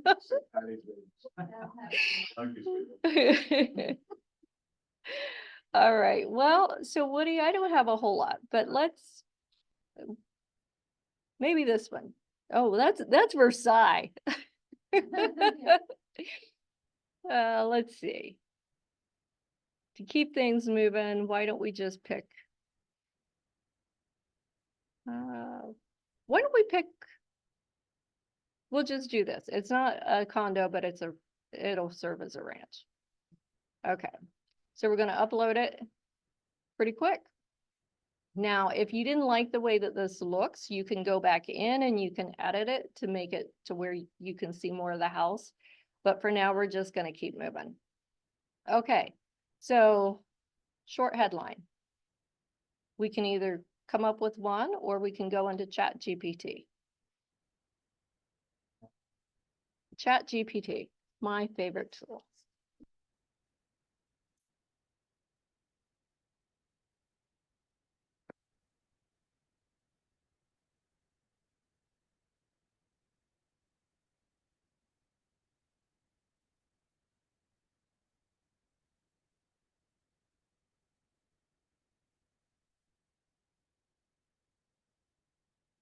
You like that?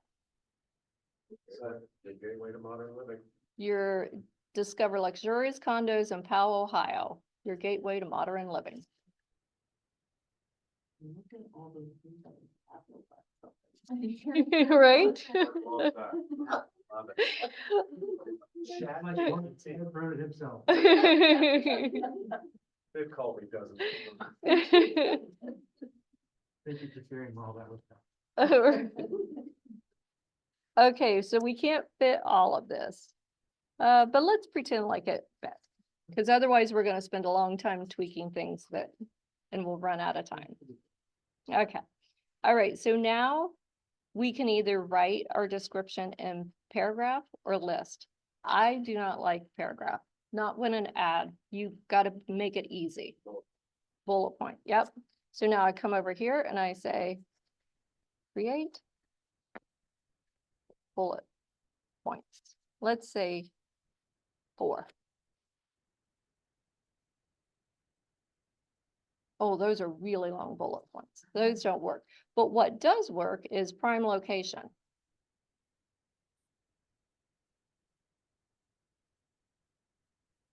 And you have 80, but whoops, but you can see that if I used all 80 characters in here, it's almost a paragraph. It doesn't work. But prime location, let's see what else. Modern comforts, community. Yep, those are all good.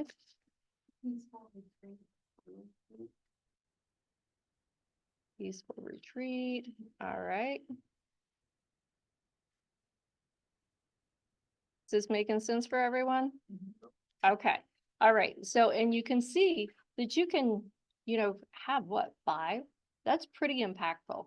And so you really want to think about what's your number 1, because that's what they're going to see most. And then 2, 3, 4, 5, starts to dwindle. Okay. Now, this has changed a little bit, but now here we can ask custom questions. So what would you like to know from these people that are seeing your ad? How soon would you like to buy? Yes. So we're going to add a question. And we have a choice between short answer, multiple choice. So what's your gut instinct? 30 days, give them 3, 90 days. Multiple choice, right? Yeah. Because if you do short answer, you're going to end up with 80 different ways to say now. It's just amazing. Like 3 or 4 easy choices. Yes, They're more likely. exactly. So multiple choice. When are looking to buy?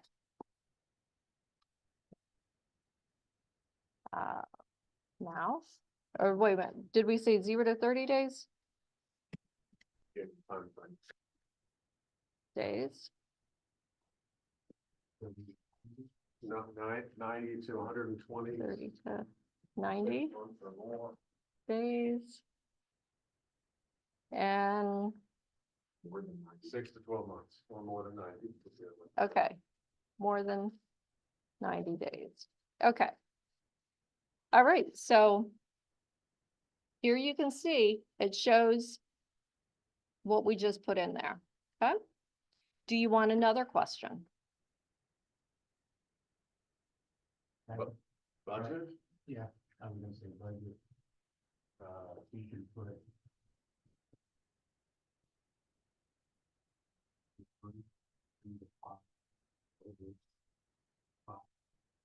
We've already determined locations in this power, right? Yeah.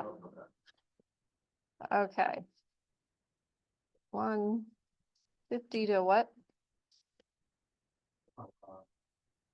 We can just, Yeah, 300 and then yeah, so 35. And how? Do whatever you want to do. In pound, 150 is not gonna be worth it. So I would start with something that. okay, so Yeah. 200? Mhm. Two, But probably 300. Oh. I'd probably start at 250. Yeah, I'd say 250. Give somebody. okay, Give them some hope. okay. 250, 300, 300 to 4.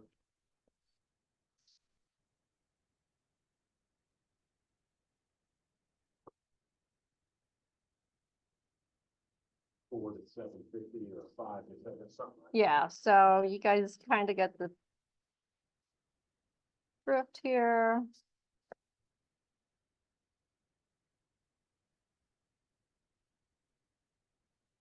And I like this because it does kind of limit the people, it kind of sets the expectation, like, we're not gonna. This is about the quality of the leads that you were referring to earlier because of geographic, so the interest in the area. And it's about also qualifying the leads by asking these questions. It's interesting. Yep, It's lead generation to strangers that are more curated when they click on the form. Yeah. Automatically curated. okay, so then we want their name, their email. I prefer to put their name first. It just seems more natural. And then we can ask for their phone number. And I will say that to Justin's point, the phone number I get through these leads are so much better than the phone numbers I get through KV Core when I boosted those. All right, so there's some other information you can ask, but I always just keep it this simple because I don't want to get into anything else. But like you could get into work information, like what do they do? But who wants to tell you that when they're looking at the house? So I skip all of that. So then your form's pretty much built. Privacy policy. You have to put in your privacy policy. So I go over into my KV Core. And the reason I go into KV Core to go to it is because I do not want this visit to my site counted. I don't want to see it in my analytics. So I go through it this way, which should keep it out of your analytics. So there, and you scroll all the way down to the bottom. And you capture this.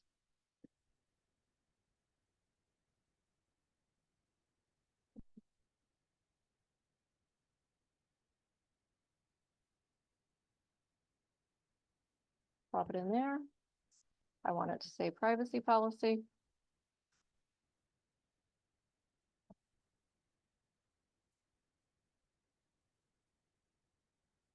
That's in.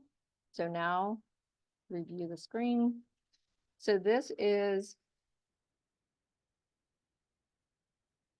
what it's going to look like. Okay.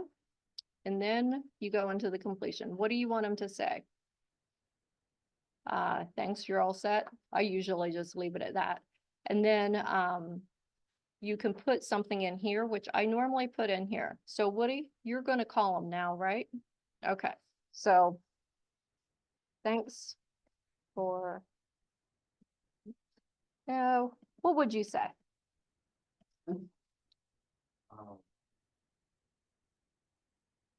Thank you for. Thank you for your interest and input. I will be harassing you. Yeah, what can you tell them, look for a call from, would you put your number in there, so when you're looking at, they're not thrown off? Looking forward to chatting with you soon. I would not put, Our team to reach out. Yeah, so I kind of like team because it makes you sound like you're, okay.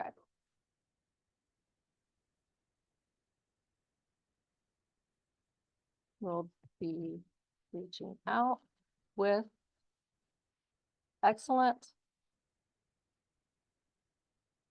condos in the POW area, maybe? With outstanding information, related to condos and stuff. Okay. With what? With outstanding information. My little things over that. Let me get rid of that. Now I can see if I'm misspelling. Information related to condos and stuff.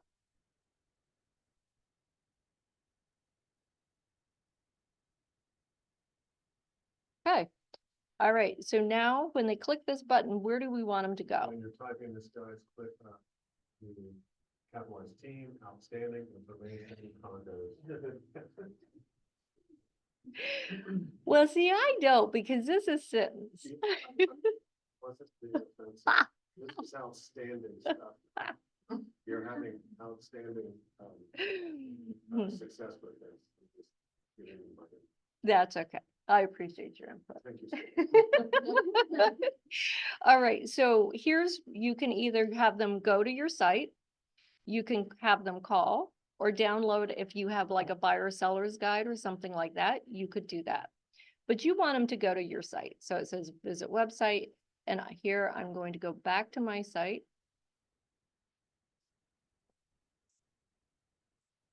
Copy.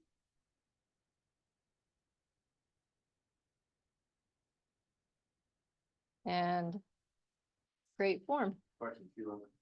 Oh. If you have them go back to your site, will it then require them to do a lead capture again on your KB4 site? Because I think mine does if new people jump onto it.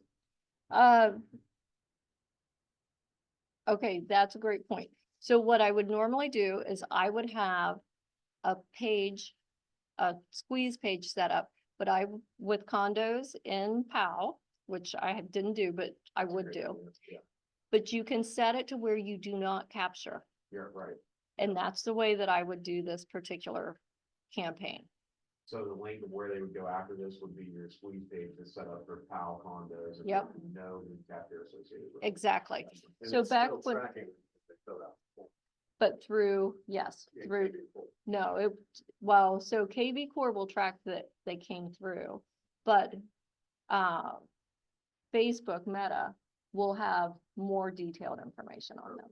So back when we were developing the strategy, that was something that we missed in our strategy. And if you think about it, having a great strategy to start with keeps us from having to say, oh, shoot, I didn't do this. So, all right. And we did miss a part when we were doing this. So we need to tell them what we're going to do with their information. This is a new thing that they have just recently added. So someone from are outstanding with a capital O. Be reaching out, not. Okay, so there we go. So now we can create this form. Okay, we have 7 minutes. I got to talk really fast. Okay, so now we've created this form. All right, so next I'm going, and you guys, I always go to this all tools because what's over here in the side is not nearly as good. Because if you see the little ads there, that's here, but I like creating through Ads Manager. You have a lot more functionality.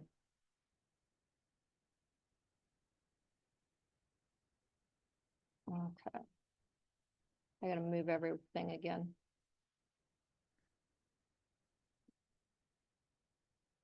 It wants me to do a bunch of different things. We're not gonna do that.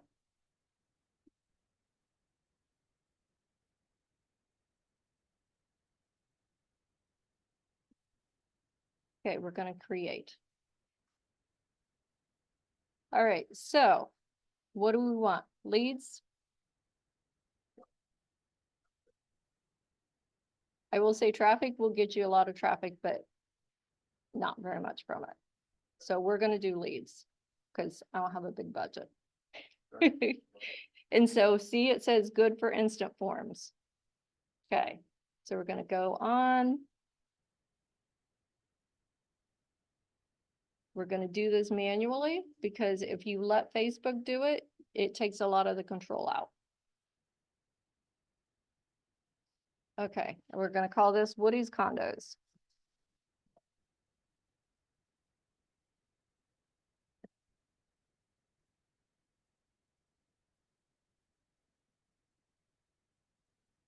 Okay. All right, so this is where Justin was saying that it is for housing. So we have to mark that it's from housing, for housing. All right, United States. We do not want United States. We want.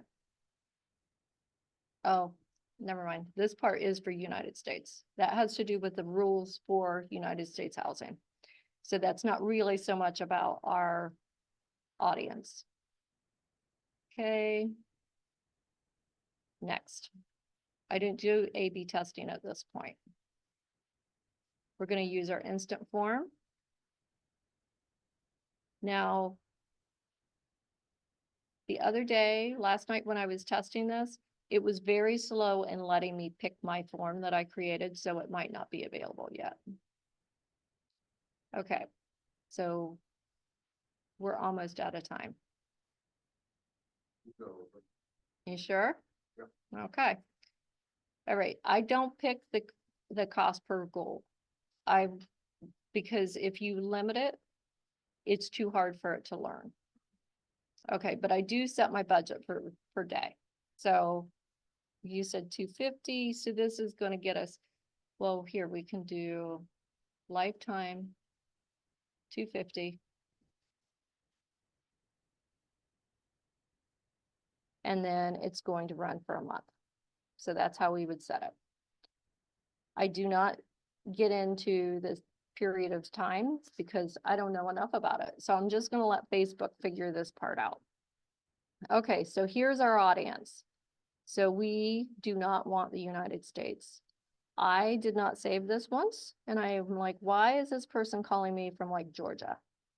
So make sure you you do this part. That's a really important part. Okay, so PAL, right? Well, so I just do that. And then it goes out 15 miles as Justin was saying. Now, if you wanted to put in a specific address and pin it, you could do that, which would bring it in a little bit closer, but I don't know that, we want to do that today. Okay, I don't change the age, I don't change the gender, but if you wanted to, here's where you can get into your targeted audience. I actually don't think we're allowed to. Once you select housing, it'll lock the selections out due to their housing on. Yeah, you're right. But here you can do something like real estate. And there's a whole bunch to choose from. So I don't want the industry. We want agent directory because they're looking for someone. Let's see if anything comes up with condos. Yeah. One Do of you- the ones I like sometimes is like, people that are interested in interior, like, what am I trying to say? Like HGTV driven, like. I think they might even have HGTV. They have something really similar to that. Yeah.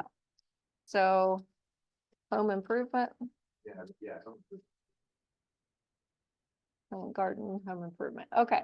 So now we have our audience, which we kind of talked about at the beginning. We talked about those. We've, narrowed in on the area. We've talked about real estate.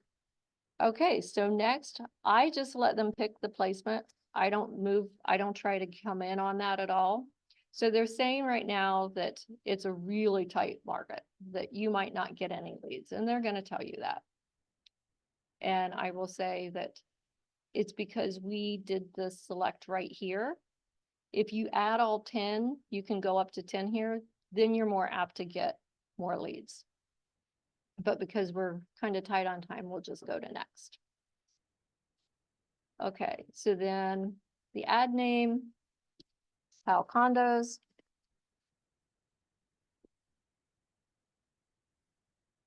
Okay, so then, you know, it basically says that it's gonna be my page.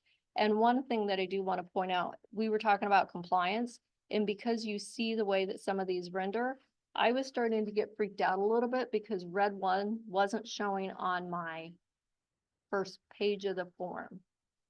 I think I would be okay because it's sponsored, but I'm not sure. So I changed my logo, my profile to include the red one. Because otherwise I was afraid I might get flagged for compliance. So it says red one and then my name underneath.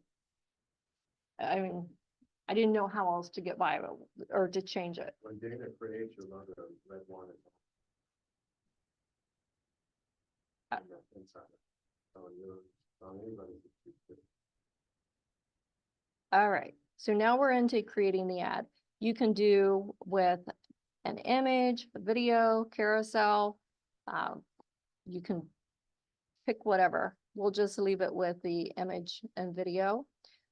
All right, so because I have some things already saved, you go in and you add your media, and you can add all different types of media. So let's just go into, here's the way that it would look on Reels. If it loads. Oh, okay, it's slow in here. So anyway, you'll go in, you'll add your creatives, your primary text. What's the ad about? Howell Condos, that's right.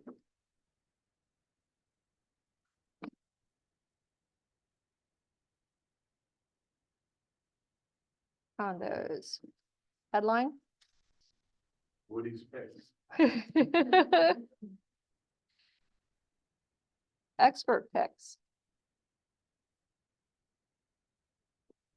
Okay, all right. Description.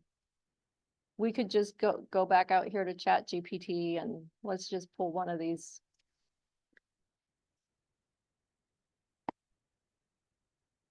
And pop in there. So you kind of see, again, what do you want? You want them to get a quote, learn more. I always do learn more. And then that way, you know, it's a little generic. So then where do you want them? Here, Woody's instant form. That's the one we want to use. Okay, tracking. I've already set up all the tracking, so that's already there. I don't have any tags. Okay, so now we would publish.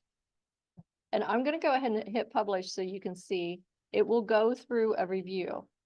And Facebook will make sure, as Justin was saying, that we aren't breaking any rules. Okay? What's your outcome from these then like? So I have one that's being pre-qualified with Kyle. I did have someone else handling the leads for a while because as I've said, I'm not doing a good job in the follow-up. So I was having someone else do it. I will say that it takes about a week for it to learn. So it's good to have it out for a month. The other thing to keep in mind is there is ad fatigue. So mine has been running since basically the end of December. March, the results have been not very good at all. So, you know, it's like, okay, January was really good because it hit its stride. The end of February, it started falling off. So I haven't been updating the message. I haven't been updating the photography. So, you know, I would say give it 6 weeks and then go in and completely refresh it. People find if they want. I think so. I think that there's something there. I think also, you know, I think I get penalized for not updating. It's kind of like Google. Google wants to know that you're constantly updating your page. And if you're not updating, it's like, yeah, no one wants to see this. It's old. No one's watching it. Exactly. So I think I'm being penalized for that. It's a theory. I could be really wrong. When you say you were having someone else follow up with a lead, what does that mean? You were having like an admin? I or- gave someone access to my page to call. Okay. Yeah. Okay. What did it get, I'm sorry, last question. Did Mhm. it get to the point where there was so many that you needed that? Mm-hmm. Okay. Yeah, so let me go over here. Back over here. Speaking of that question, what is your geographic stuff? What have been your results? So like I said, I usually get 15 to 1700 like clicks, interactions. 80 of those will end up going to my website. The lead capture pops up, probably 7 or 8 will do the lead capture. And then it's, you know, kind of a toss up after that of whether or not those clients will become, with those leads will become clients or not, but I'd say total, I've probably gotten maybe 6 or 7 from closed clients. Who have That's then good. maybe referred people to me, so. I've been doing it like pretty religiously for maybe 2.5 years. Yeah. And so I've only been doing it since December, and I will readily admit my follow-up has been horrendous. So just, and the follow-up I have had has been the easy stuff. So I haven't, as I always say, I need to get over myself, but I haven't yet. Okay, so here's where your leads come. So they show up on a page like this, and you can see that I have 152 leads, and some of the time it's been turned off. Okay, so let's go into her. So this is the way the information comes out over. So she says that she's not looking to buy, build, or sell, because that's my question. Here's her information. And that's important for her, and I'll show you here in a minute. Okay, so Katie's looking to buy in the next 3 to 6 months, and she just filled this out. So if I were a smart marketer of real estate services, I would be all over Katie. Has Katie received a call from me? Sorry.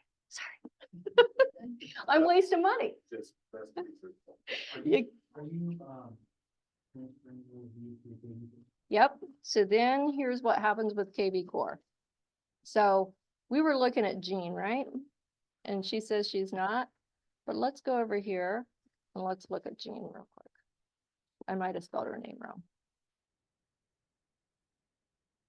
Jean.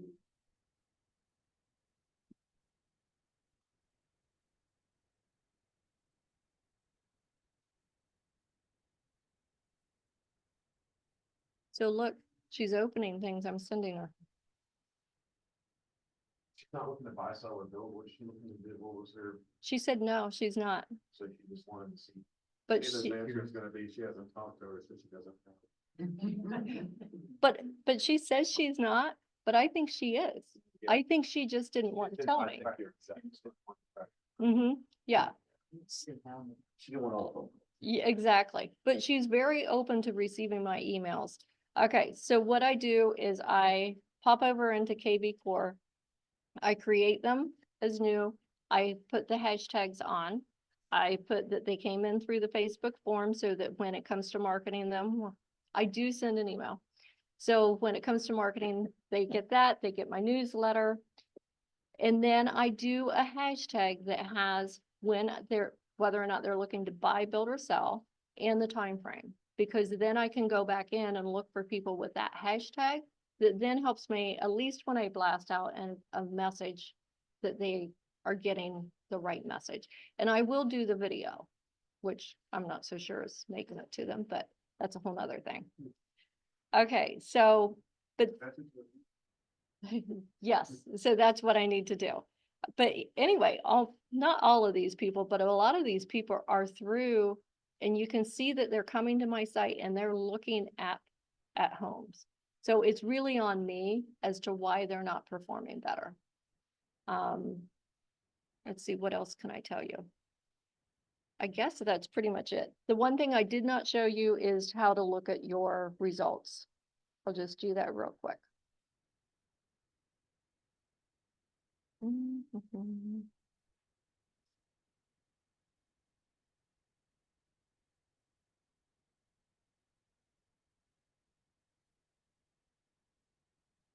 So you can see that my reach in the last 60 days is down 28%, but my engagements are up. Clicks are down. So I just kind of go into this. That's my summary. Here's my ads. If it ever loads. This is the one that has gotten the most. What was the capture of, like, what was the picture and what was like the description of that one? Was it a certain type of property or a certain location? This one is the one that I've been running a lot. So it was a lead, it was the form. And that was the one that, you know, the form. For like the picture and the description of what they're clicking on, was it like a certain area or? So I add as many pictures as I can add, as many headlines as I can add, and then let Facebook learn it. Now, here's what is working, and I can't get into the detail of that particular one. It's not showing it. Picture of the house is by far and away the best. The White House wins. Doesn't matter what White House, but a White House, I think because it captures their eye. The next one is a blue house. Don't know why, but those two have the best, the most engagement and the most leads and the lowest cost per lead. And this ad was in its best performing, they were about $7 a lead, which is really inexpensive, especially when you have that much information. So that was important. Picture of me, they could care less. Picture of someone else, they don't care. They want to see a house. There's one where there's a family in front of the house, the one with the sold sign, they don't care.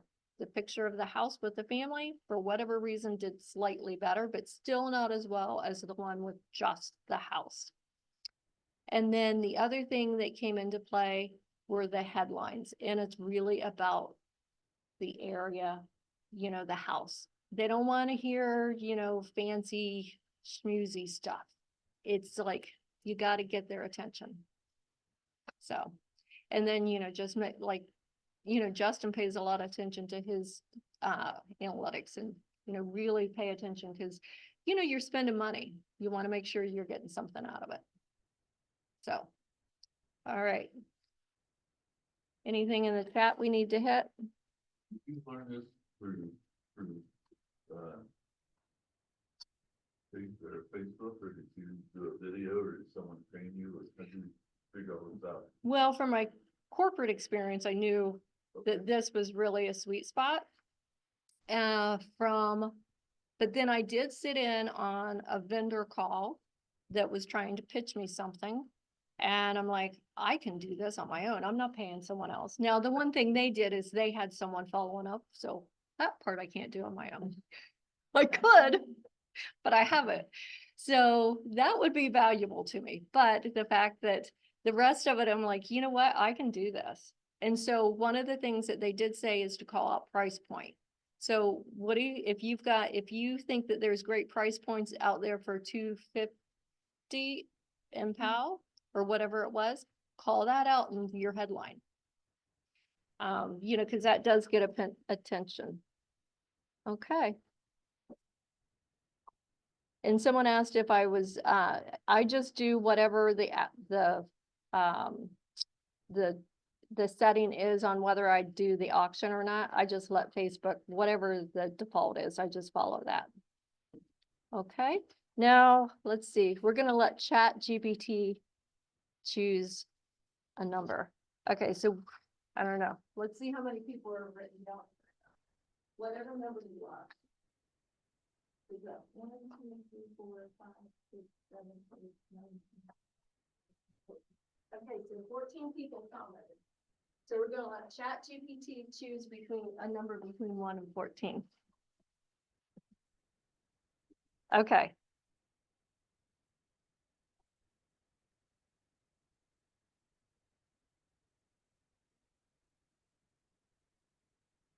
Number 7. One of them was. Lucky number 7. It would be that mark. Mark, you want to give your Easter basket away to somebody else? Yes, whoever has bids.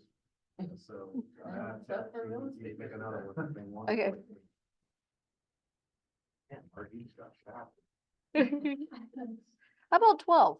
Right, 1, 2, 3, 4, 5, 6, 7, 8, 9, 10, 11, 12. Mohammed. Woohoo! Get the basket. Yep, I'll let you get that away and I'll finish this up. All right. You good? yes. All right. Let me go back to this. Is this still somehow connected? Yes, it is. Love it. All I need to do is take this out and put it in mine, probably. Outstanding. You may take it. Oh, that's We grab all my Post-it notes. good. Good. Yep. Bring them back. Am I back? Mm-hmm. Black screen is back. Yes, thank you. Let me go down to here. All right, guys, can everybody hear me? Jackie, give me a thumbs up if you can hear me. Good deal. So let Yes, me Mark. synopsize what I just heard. I think it's really important. That was a lot of information and we rushed them through it. So I'm going to voluntold some things here real quick. If you would like personal one-on-one training about how to get through Justin's system or Sheila's system, get a hold of them directly, and it is their time that you're taking up. So figure something out for them for their time. That's the best hint I can give you. This is significant marketing that is effective. Sheila repeatedly said she's got more leads than she can follow up on. You could do this for a month and cut it off and have very, what are they? I used the word earlier. They are curated leads that are extremely helpful to help you grow your business. Folks that will immediately get put into your sphere that you can influence and nurture. Same thing with Justin's piece. He had 6 or 7 closings over the last couple of years, and you've spent over that period of time what? $500, maybe $600, something like that. Okay, Justin has spent $600, and let's just say he's had 6 closings. 6 closings, average sales price 275. 275. 1,650,000 times 3%. Yes, that will continue for people. That's a $49,500 return on, say, 600 invested over the last 2 years. And if Sheila follows up on her pieces and provides them with some of that, with some of that feedback in about 6 or 8 months, I think it's going to be just as significant. So we're talking to you about not Boomtown, not Zillow, not Realtor.com, not, no offense, Homes.com. Nothing that's going to cost you thousands and thousands of dollars. We're talking about lead generation in its purest form that provides you with significantly better curated leads. And this is AMP exclusive. I'm sure tons of other people are doing it, but this has been presented to you for a reason. Many of you ask and talk about lead generation. Well, here you go. Here were 2 very inexpensive methods to drive lots of leads to your business that you can influence and nurture, and they can become clients. Okay, so that's what I just heard. Inexpensive, targeted lead generation, grow your business. All right, any last minute questions before we get you out of here?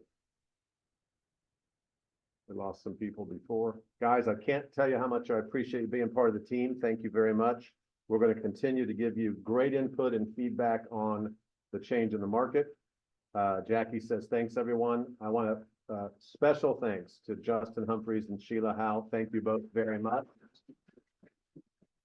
Please get with them and figure this thing out so that you can add this as a consistent marketing tool in your AMP business plan toolbox. Have a great day, guys. See ya.